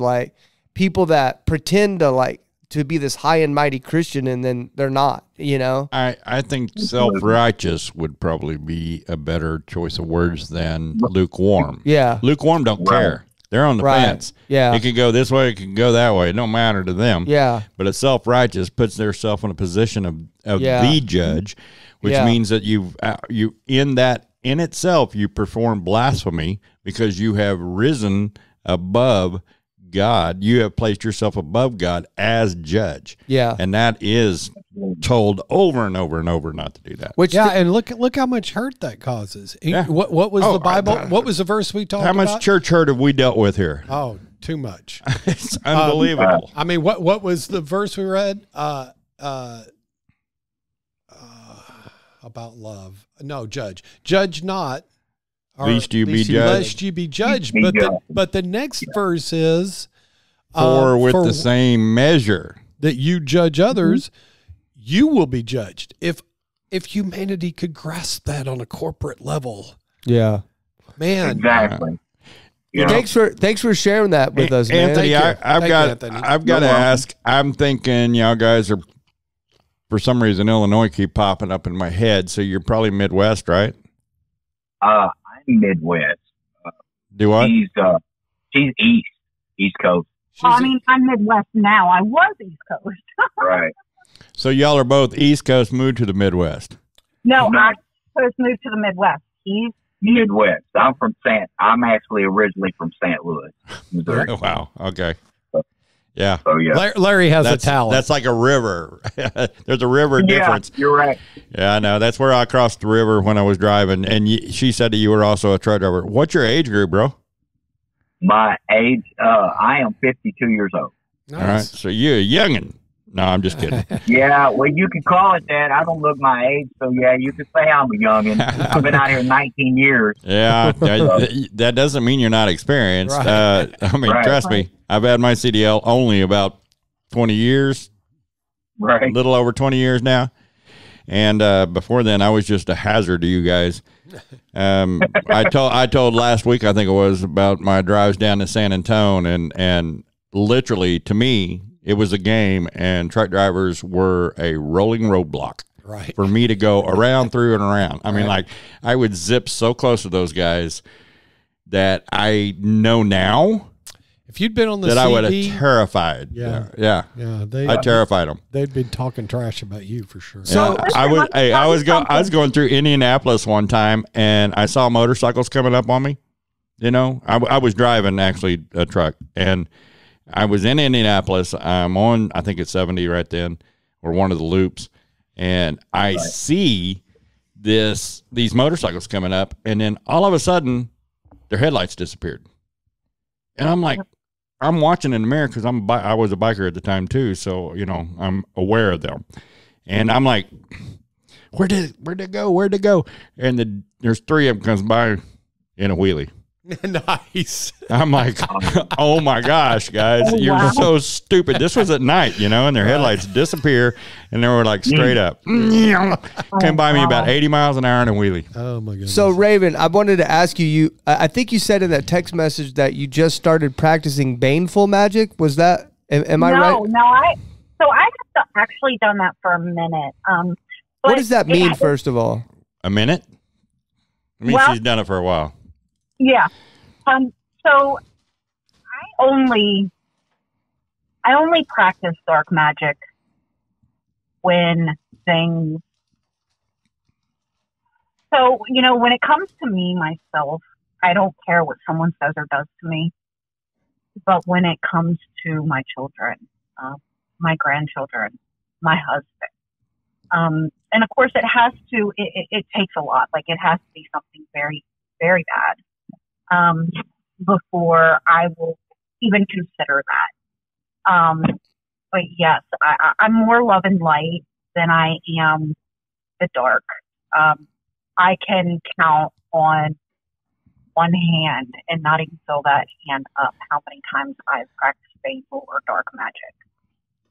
Tell me a story about the realest time of your practice in magic, and you're like, oh, this is real. Tell me a story about that. Oh. Because I know you So- wouldn't practice it if it wasn't real, right? No, absolutely not. So tell me that's the question that's coming to mind. What's the realest moment you've had where you're like, oh, well, this is real. I got to watch out what I'm doing here. So my grandparents adopted me when I was 13, my father's parents. And here about 6 years ago. So before we can practice any type of magic, light, or dark, we have to get significant signs from our deity, our ancestors, whatever. And I was being petty, for lack of better words, and someone had pissed me off. So I decided, well, I was just going to hit him with a little bit of chaos. And I didn't get, an okay from anyone. And I was sitting there. I had cast my circle of protection. Everything ready to go. And, my candles were lit. And, my grandmother was a tiny woman. And she always had the happiest face on her. But when she was not happy with me, she had a no-filter face. And, I got into what I was doing. I won't get into specifics, but I got into what I was doing, and all of a sudden I was hit with a blast of cold air to where the flames of my candles went out, and my grandmother's, one of the most angry faces I've ever seen on her was in my face. And my heart almost stopped. My stomach ended up in my throat, and I knew to back off. And I didn't even touch anything painful until here recently. Does that make you want to back off from it, like completely?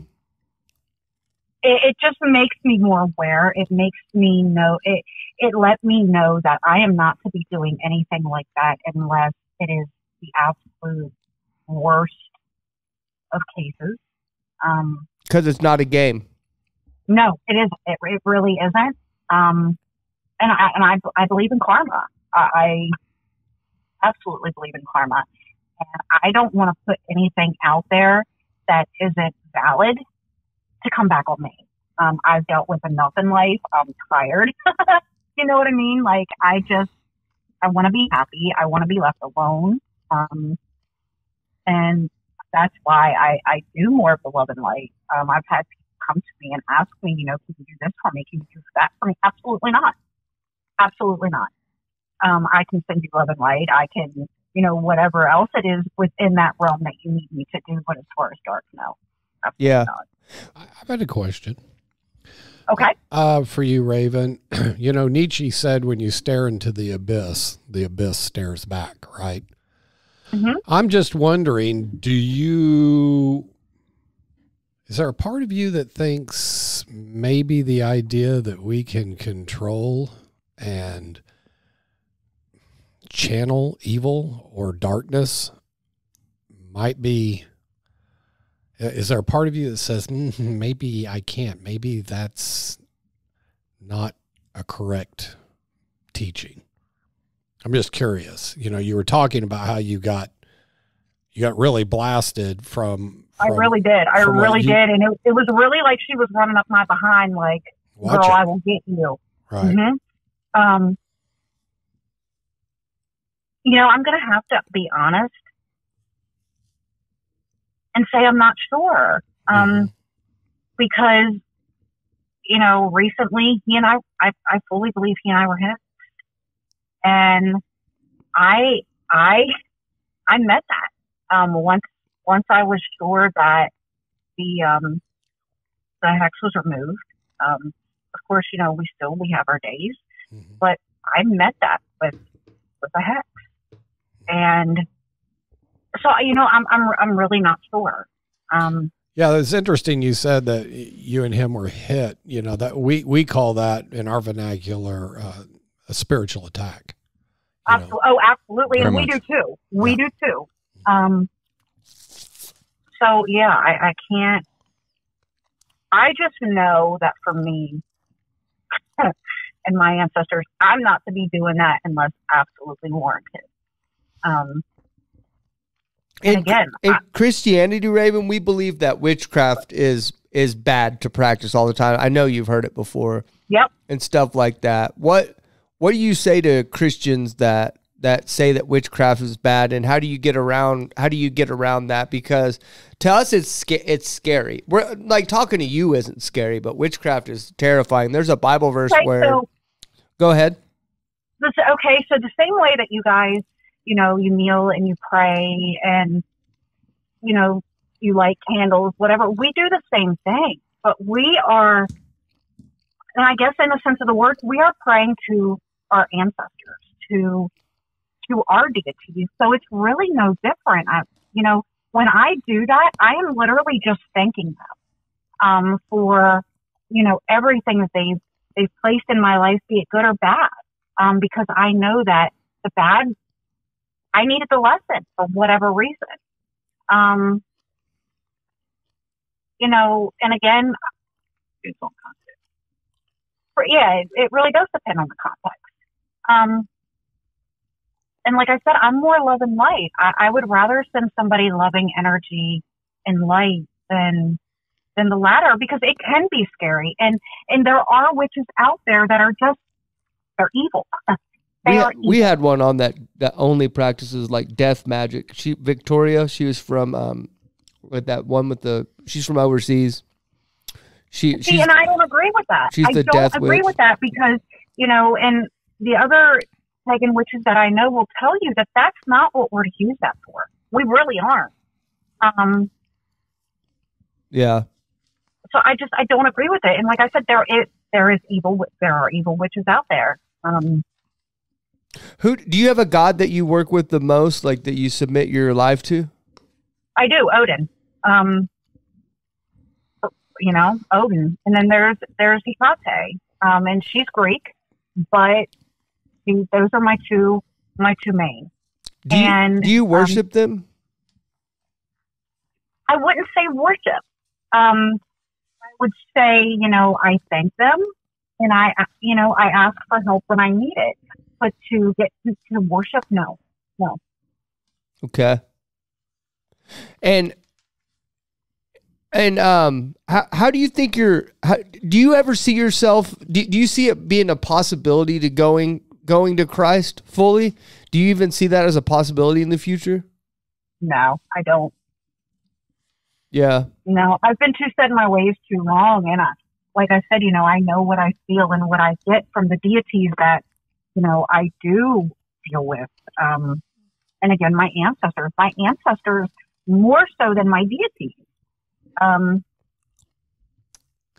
of my ancestors are my spirit guides. It's more of a spiritual thing I think for me, still have that relationship. Yeah. And again, just my belief. Yeah. I got you. Okay. We're going to go ahead and start the rounds because these things the rounds are getting to where they take forever and ever. And so I want to start the rounds. That way I don't keep you here the whole day. Okay. No, it's fine. Okay. Let's go to Mark or Angela. You want to go? Okay. Angela's got something. I was just kind of curious because you said you have children and they're older. What are their beliefs? Did they follow in your footsteps? Are they Christians or are they just non-believers? So, funny part, I've got 4 grown children. My oldest is 24 and my youngest is 19. My 2 oldest girls are definitely witches. And my 2 youngest, because of some of the issues I had, they were for several years raised by their father and their father's family. And they were raised Pentecostal, and that's what they believe.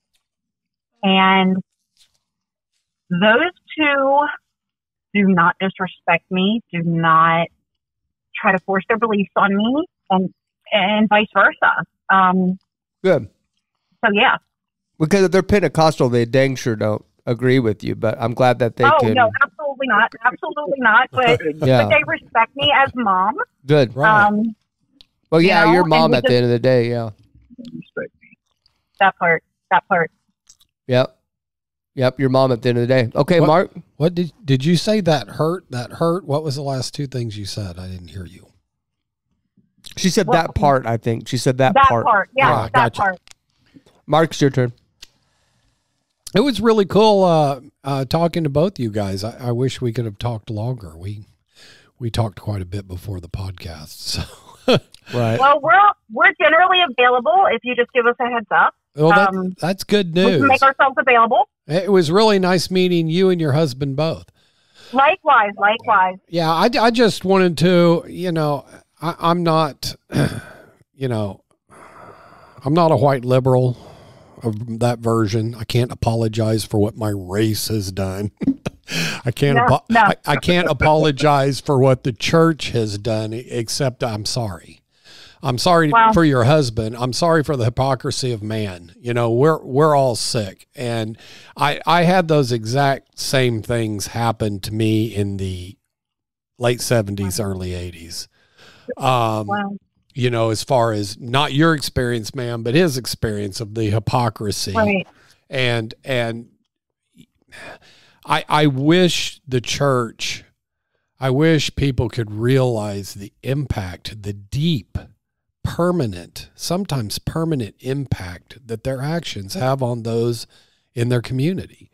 All of this projecting of a false identity, raising it up, going out to church, or getting jobs within the churches of this false identity that you're not living up to, and all the energy of lies it takes, and all the judgment and blame shifting that you do affects people. People readily, and I'm talking to believers out here, people readily and easily can see through your hypocrisy. I saw through the hypocrisy. It drove me away from the church. Couldn't take it. It's like, I don't want any part of these people. But then I went out there, and the story of my life was God left the 99, Jesus did, and he came and got the one.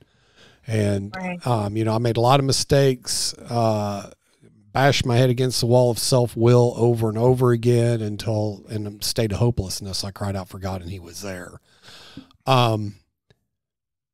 But through that process, I had to connect with a group of people that were being real. And that's what helped me reestablish my relationship with God. I don't think at that point I could have got it by walking. I know not walking back into the same church. And so, I went through what I went through needlessly, because we can't be honest with each other. I mean, maybe it's human nature when you put us in groups that we start lying to one another. It certainly is social media's nature. You put us in groups in anything. You put us in groups of government, we start repressing you. You put us in groups in a church, we start repressing you and lying to you and living two lives. It's just, I honestly, I believe it's human nature, but as Christians, we're called to exceed that because we operate within the Spirit, and God gave us the Holy Spirit. We're supposed to be truthful and open and vulnerable with each other. It says in the Bible to confess your sins to one another and repent. And you don't see a whole lot of that going on. It's getting no, because when you do, they go tell their homies and they go talk about how much better they are than you. right. That is the way. Indeed. That is the way it's always been. Yeah. But I'm seeing some changes in the church I go to now.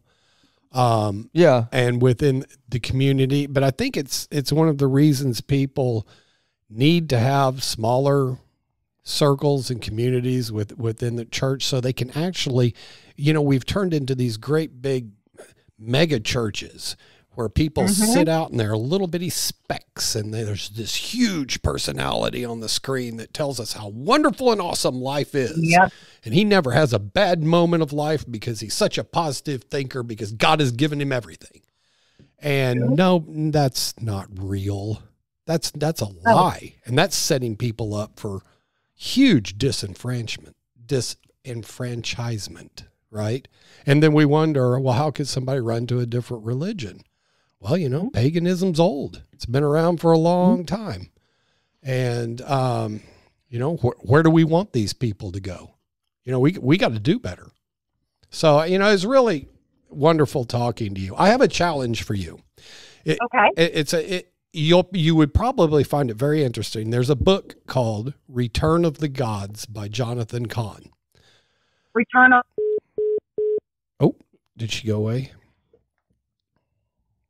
Somehow we hung up.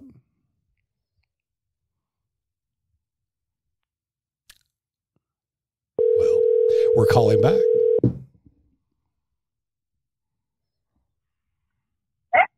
Hello. Hello. Can you hear us now? I can. So it's Return of the Gods by who? Jonathan Cahn. Okay. Yeah, really interesting book. I think you would probably actually enjoy it because he talks about all of the pagan gods that are returning to our current culture. And it's very interesting. You got to be somewhat open-minded because you may not agree with his conclusions, but it goes back into history and tracks them. And I think that you would probably really enjoy that, you and your husband both. And Well, he's saying he's a good author, so I will definitely check that out. all right. Okay, so Larry. And I'm definitely open-minded. Oh, I mean, that's Larry? Raven, are you redheaded? no. Not every Okay. witch is redheaded, No, Larry. but- Jesus. No. No, but because she's talking about Norse and paganism, so I'm looking for the roots that go all the way back. And Yeah. all the way back would be typically blonde or redhead. I have type. successfully got him to stop talking about redheads for like 30 episodes now. Yeah. Here we are. Well, guess what? I have a lot of experience with redheads. Anyway, first off, I would love to get Anthony's story into more depth, but they're not going to allow that at this time. So I'm suggesting that we get a hold of Anthony at another time and get him on the schedule so that I can talk to him about. Well, you can get a hold of Anthony. This is Larry's number. Have Anthony get a hold of Larry on this number, and we'll set it up. You can do that. I can do that. As long as you guys give us like a week's notice, we can make sure that We normally give you like a month. It's usually like a That's month. fine. But, this week was different because we had to rearrange a bunch of stuff. So, yeah, Kinda we threw normally get like everything a off a month. little bit. Thank you for working with us, by the way. Yeah, I appreciate it. No, absolutely. Well, Absolutely. the reason that I find that his story interesting is because this church that we go to, which is Discovery Church in Yukon, the majority of this church is the one that Christ left the 99 to bring back. Yeah. Most of these guys' stories in our church have to do with the return back to the church and the way that they were treated. I think one of the things that the church fails so poorly on in most circumstances is love like Christ. Right. We are told to love like Christ, and yet we treat others with condemnation and conviction. And that's not our place. That's the Holy Spirit's place. Not our what place gets to do. me the most is the fear mongering of going to this hell. Fear mongering, Sure. Fear mongering Fear mongering. Fear mongering, yes. about going to hell. Yeah, I think that's what gets me the most. Shall we open that seething cauldron of debate, Larry? No. Not today. Okay. We don't have enough time. Yeah, We've talked about it for like, I don't know. Yeah. We had like a 3 episode where we talked about hell. And Maybe, Some of us maybe while believe, y'all are some of driving us down don't. maybe while you're driving down the road, research a little bit of our podcast. yeah, you can go back and watch your episode and see what we think about it. When I we plan on have doing that. when we have that one, I'm going to suggest that we have Pastor Gary back in here to help guide and direct us in the way that we need to be on this. But we do need to get the biblical answers for those questions that have come up repeatedly in this podcast. Right. I want to say thank you so much for coming in and just sharing your story with us and your experiences. Absolutely. There's a whole lot of stuff appreciate the running. time. Huh? I appreciate the time that you guys took. I was really nervous. Coco kept saying, stop being nervous, you'll be fine. And then, I jumped on here with you guys and I completely relaxed. So I really thank you just for being open-minded and respectful, and definitely. You bet. Well, we are to treat everybody with love. Now, my thing is I typically read a verse for each and every visitor? Yep. Guest. Yeah. Guest. Okay, there you go. Mine comes from Jude 22 and 23. And you must show mercy to those whose faith is wavering. Rescue others by snatching them from the flames of judgment. Show mercy to still others, but do so with great caution, hating the sin that contaminates their life. I'm supposed to love you no matter what. I repeated the same. Yeah, Do I now, you were Anthony? reading, and I'm looking over at him, and he's parroting it at the same time. I truly appreciate that. But I mean, we are completely to love each other, and we are. It's not I my agree. place. It's not my place to judge you. It is my place to have conversation with you, and since my authority is all based in the truth that I call the Holy Bible, or that you can call whatever, I base everything off of that. So the way that I live should be a reflection of what I've learned in this Bible. And that's what Christ told me to do. I'm not supposed to judge you, but I can correct if I see a brother of mine, which I know, as far as those living outside the church, I'm not to judge them at all. At all. The Bible tells me not to. What it does say is that my brother Zach over here, which actually is more like one of my children now, I am to love him enough to correct him. I am to love him enough to guide him and to give him education when I can and patience when I need to, and to love on him in the right way, not to judge him and tell him how wrong he is. And there are times that I've had to slap him upside the head to get his attention, and that's verbally, not physically. I've restrained from the physical part of it. But I love my brother because I get to see him grow.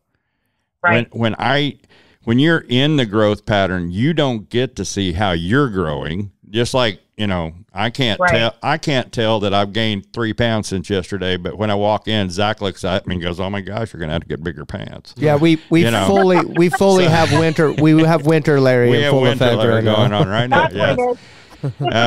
So, I mean, through that, I am to love him, and I am to correct him, not judge him, but I am to correct him. And we are to love each other as Christ loved us. And by doing that, we have set a precedent in dealing with people who are not believing the way that we are. And it is amazing, Anthony, it is amazing how much we've dealt with church hurt. And that is such a dangerous, dangerous, dangerous ground for the people of churches. We are to be a hospital for broken people. I am a Christian that understands that I am not perfect. There is no way I can be perfect until I stand before the Lord in his righteousness. I can't be perfect in mine at all. And if somebody wants to judge me on things that I do, trust me, I give them plenty. I give them plenty. Yeah. So I love you. Thank you for coming. I appreciate it. And I would love for y'all to reach out and get a hold of me so we can set a time. Absolutely will do. Okay, my turn. So I'll say for this, because I'm in a weird spot right now, and I've talked about it for the last 3 weeks about just where God's put me in this ministry and stuff like that, and I've just had a weird relationship with God for the last 3 weeks, and I've been communicating with him like, bro, what's going on? Why are you putting me in these positions? Why are you allowing me to feel these doubts? I'm in the worst time of my life right now, if I can be just completely honest. I've never felt this down and low and just gross. And I don't like the idea of hell. I don't like the idea, some of the ideas in the Bible, some of the stuff I read, I don't like. And I'm just being real. But what I do look at is the fact that hell could absolutely be real. It could be a real thing. God could be who he says he is. Jesus could really be a guy that came here on earth, walked, says he's the only way to heaven and he's the only way to get there and he deserves the worship and he died and rose again. That's the big thing is, did this guy die and rise again to completely absolve us from our sin? You know, Right. and I look at that, and whenever I'm going through all these things that I'm going through is, could this all be true? And it's, yeah, it absolutely could be. And so it's something that I've been taking very seriously here lately is I really want to look into that because it means more than anything, honestly. Just like whenever you pick your wife, it's probably one of the biggest decisions that you'll make on this earth. But man, what happens after you die, if there really is an eternity, that's a big deal, man. It is. Absolutely it is. And I think we really need to spend a significant amount of time seeking out what happens after that. And I'm not one to preach because I'm like I said, I'm right in the middle of it. My testimony is still developing. I told right when I started this podcast, someone said, well, I would like to talk to Zach because I'd really like to get your testimony. And I said, I don't have one. I don't think I have one. In progress. And Larry said, yeah, you do. Of course you do, bro. You have a testimony. I started thinking like the people that we have on this show, that they have these grandiose testimonies and like this breaking point, and then past then I saw this differently and blah, blah, blah. And I'm like, bro, I don't have a testimony yet. And now that I'm in the middle of this, I'm going, oh, wow, I realize I don't have a testimony yet, but I'm going to. And it sucks because I'm not there yet, you know, but yeah. So some of those things that you said that you disagree with in there, it's hard for me too, but it's something that I got to take seriously, you know. And absolutely. And I listened to a podcast, by the way, that book you said, I wanted to say I don't read books anymore, but I listened to a podcast with the author of that guy after you mentioned it. So yeah, he's brilliant. Yeah, he's a good guy. He seems like a good guy. But anyway, yeah, I just wanted to say I love you. Thanks for coming on. And I hate that that happened to you when you were younger. Amazing. Thank you. And I've said this to the last ones, but just to let you know, whoever did that to you when you were younger, if they were here right now, I'd beat them up. Yeah. Yeah. My husband feels the same way. Yeah. Well, we tag team him. He'd hold them down and I'd tickle them with a feather until they peed their pants. And, you know, there you go. That's for YouTube. I don't want to say on air what I do. So, yeah, thanks for coming on, and the floor is yours. Thanks for having me. Yep, you get the floor now. You get to talk. It's all yours. I really, I have a lot to take in. This is the first time I've done anything like this. So I definitely, you guys have given me a lot to think about. And I just, again, really just want to thank you for being you, being as kind, open, loving, receiving, non-judgmental as you were. That absolutely means the world to me. With my beliefs and being who and what I am. It's not often that you find Christians that are this accepting of someone, even if they don't believe the same thing. And I just can't tell you guys how much I appreciate that. You thought I was a Christian. I did. But that's it. Okay. Thank you, Raven. Hey, by the way, are you from, because your phone number, when I called you from Larry, it says Searcy, Arkansas. Are you from there? So that's where we live now. Oh, my dad, love Arkansas. My dad lives in Bald Knob, Arkansas. Oh, wow. Where my dad's family lives around there in Bald Knob. Yeah, my dad lives in Bald Knob. I think it's the most inappropriate town name of all time. Yeah, no, we agree. I love it. He doesn't like it so much, but yeah, that's it. I've got a son-in-law that is from Arkansas. I got that joke. Yeah, I got it. Yeah, I got the joke. Not appropriate. All right. I have to keep reminding these guys, this is a Christian podcast at the end of the day, but you don't have to keep reminding me. Right. Larry's fine. Larry's the one that sits over there. Guilty. He bashes us over the head with the chair when we get done. Me and Mark are the little teenagers trying to poke the bear, but anyway, okay. Thank you for coming on, Raven. And yeah, I would really like for Anthony to get a hold of Larry and we'll set up a date. Absolutely. Listen, Merry Christmas, guys. Yeah, you guys have an amazing weekend. Yes, Merry Christmas and a Happy New Year. You both be blessed. Take care. Take care. Bye-bye. That was cool. Different. Yeah, it was cool. I mean, from the ones that we talked to before, she had a different attitude about her. Well, that's what's cool. What I noticed is like I'm getting complacent from doing these shows. I'm getting complacent. It's just kind of what we do now. We do the same thing every show. We talk to the people the same way every show.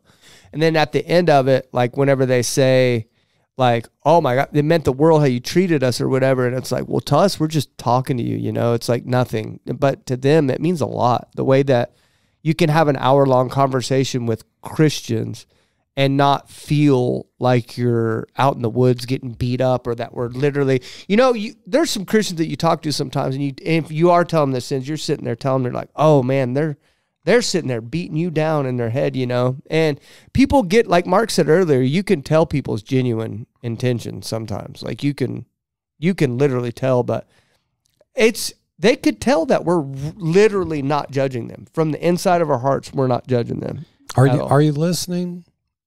Christians out there, the ones that listen to us, have you grasped, if you've listened for 50, it's being quite apparent to me, our religion has hurt people. Yeah.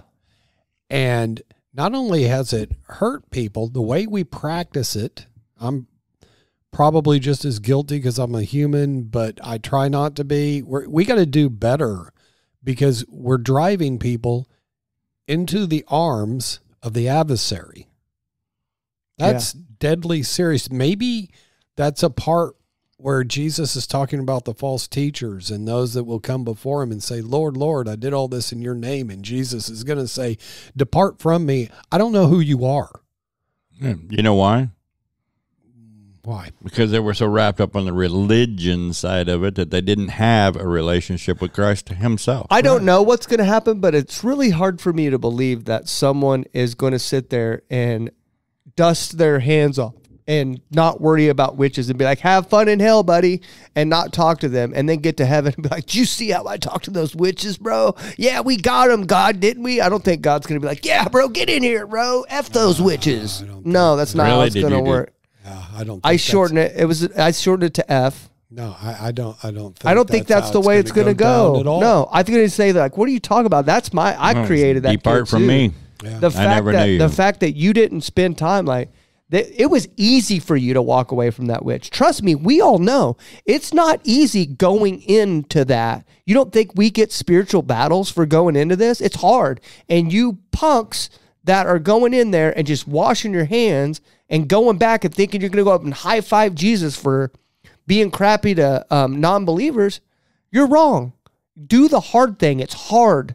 It's hard to love people that don't believe the same thing. It's very hard. One of the things that you mentioned earlier was the attitude of our, and I'm using the word correctly this time, the leadership, our pastors, Pastor Gary, Pastor Kevin, Pastor Martha, Pastor Joseph, Pastor Ben. That is the definition of the leadership in today's understanding.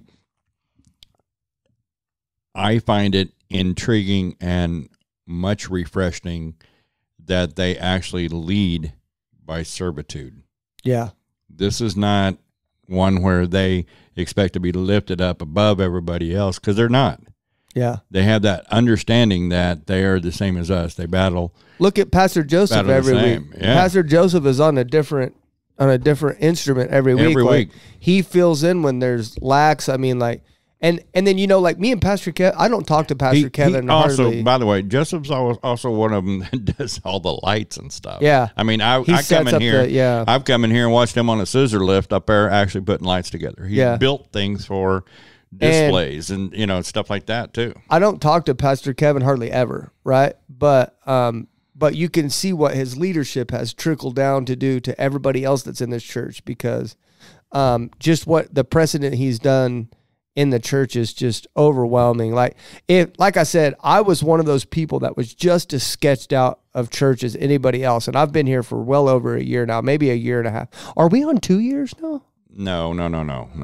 Oh, March will be. We're March, on you're on year 2 here now? Yeah, so March will be March will be 2 years that we've been here. Okay, cool. Yeah, or at the end of February or something like that. But anyway, it's so like just the fact that like I've never one time ever felt the feelings like, oh, I was going to tell you, Oops. my daughter, Flip the switch. My daughter. No, it's along the same lines. What I was talking. My daughter had a like little dance recital thing at a Baptist church last week, and I walked in there, and bro, I got PTSD. It smelled like my Baptist church growing up. And I go, ooh, man, I got instantly uncomfortable. I wanted to leave there. I brought back all the feelings from that. And I was thinking like, bro, like I have a lot more church hurt than what I realized growing up. Because if you got to think for a guy to swear off church for, 20 years or whatever, like you were not going to catch me dead in a church. Well, just the mere fact that you had a trauma response yeah. like that says something. It smelled. I told her, I said, this smells Amazing. like, I told her as soon as I went in there, I said, this smells like my childhood church and I want to get out of here. Like, I do not like the way my family was treated, my sister. I don't like the way I witnessed people in leadership positions not be who they said they were. I don't like that. That's why like whether you guys like it or not in this room, Mark, Larry, and even you, Angela, you guys are in leadership positions now. We may have just started a podcast, but there are people that are watching this that are expecting you to be what you say you are. And we sit here and we talk on this show for 2 hours, and there are people that are looking at you. Come walk with me. And no, you're probably the prime example of the same Come guy. walk with me. Yeah, you're the same guy. And I don't know Mark very well in personal life, but I'm sure you are too. But and then you know me. I don't know if you could see some of my political comments on Twitter. Oh, he has a Twitter. Crap. Yeah. He has a Twitter. Now I've let him know. He has a Twitter. Great. Okay. He's got an edge. Mark says they're making the frogs gay. But anyway, we are in a leadership position whether you realize it or not, and I do not want to give someone that same feeling that I got growing up, and that's why I can't be fake on here. Even though like I know Pastor Gary's going to listen to these, and he's the last person I want to know that I'm doubting, but I have an obligation to the people that's listening to the show to be real. And Pastor Gary's the one, he had a 4-week class on it was called 100% Authentic Christian. And so I learned how to be what I'm being right now from him. Okay. You just defined the problem, the crux of the matter. I hate Pastor Gary knowing that I'm struggling. Yeah. That's what's burning us all. Yes. All of us. We hate to know that anyone to know that we're struggling. We project this outer shell that we want everybody to believe that's who we are when some of us are dying inside. Yeah. How are you doing? Doing great. Yeah. Typical answer. Man. Fine. Right. And then here's the deal. Doing great. And they walk away. Well, they don't care about me. Yeah. How can they? And not giving them the opportunity. You're not giving them the opportunity, but that's what we teach each other. And so very few people are the church is trying, I think, to make this switch to become honest and vulnerable and admitting the weaknesses. And I think it's up against a battle with zealotry, because the Bible warns us, okay, there are going to be people with sin. You don't come into alignment with that sin and change the policy of your church. So there's a whole lot of people, they're like, oh, we can't accept that behavior because we can't tell them that it's okay, they're missing the mark. Nobody's asking you to do that. Yeah. We're just asking you to admit your own fault to them. Yeah. Form some kind of human connection. Yeah. You know how many lives you could change just by being honest? Yeah. When you listen, I come in and I greet, and it doesn't even matter if I'm on the greeters list that day or not. I have to greet. That's what I get my charge from. That's what I get. I can come in here down, and the minute that I start that greeting process and sharing love with others, then I start getting, I feel recuperated, right? And when we get to praise, I'm like over the top, and I need that every week, period. It's not that I don't do it in the personal life. Because see, I'm not just getting in the Word when I'm here in church. I also stay in the Word at home so that it gives me strength.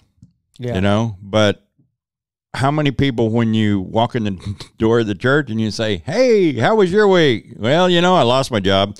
I had 2 flat tires. I had a car wreck. Then my daughter left me. And then I'm having a lot of doubt. I'm having a lot of doubt. Yeah. I mean, that's truthfully what you get is blessed and highly favored. No, that's what you want to be. Right. That's You what know, that's what you want to be. And- but what was your week really like? How come you're limping right now? Right. And your attempt to be positive and to do that battle is actually harming me. That's what we don't understand. It's actually harming the other person because it's telling, well, you got to be blessed and highly favored. If you're not, you're less than me. Right. Yeah. And that human nature, it's a mess. Constantly circular sociological battle. It's a mess. It is rather rough, and we do need to make more of an amends, in all honesty, to the people in the public about the way that we are. And I do everything that I can try to do to glorify God. Do I get in the flesh? Yes, I'm human. Mm-hmm. Okay. Do I mess up? Yes, I'm human. Mm-hmm. Do I fall? Oh, yes. I get angry and I mouth off in the wrong way, and my wife's there to correct me. Thank goodness that God has given me a woman I'll listen to. One of the things that I'm trying to emulate it is I've been told at times there's no way that this guy can be that for on fire for God. I see him every week, and I'm sure that's all he is. And then they see me on Wednesday, and then they see me they run into me at Walmart, and I'm talking to somebody about God, and and they're like, "Whoa, wait a minute, that's just weird." You're supposed to be downtrodden when you're not in the church and pumped up with everybody else while you're here, and that's not what we need to do. This is where I need to come to get the healing so that I can make it through the next few days, so that I can meet somebody and talk to them about God, so that I can listen to God and while he directs me to somebody. If you want to find out what kind of church you're in, read Revelations. It kind of tells you exactly what kind of church you're in, and then take that same information that is talking about the church and apply it to you personally. Fix it one person at a time. I'm a church. There you go. No matter where I go, I am a church of the living Jesus Christ, and I am to represent him in everything that I do and everywhere I go. Amen. Perfect place to take us out. What do you think? Jesus loves you, and so do I. Thank you for watching and listening. We are out. Thank you for watching or listening all the way to the end. To be a guest on the show or to get a hold of us, please contact us at info@helpmyunbelief.org. And more importantly, make sure to check out new episodes every Tuesday morning at 9 a.m. Central.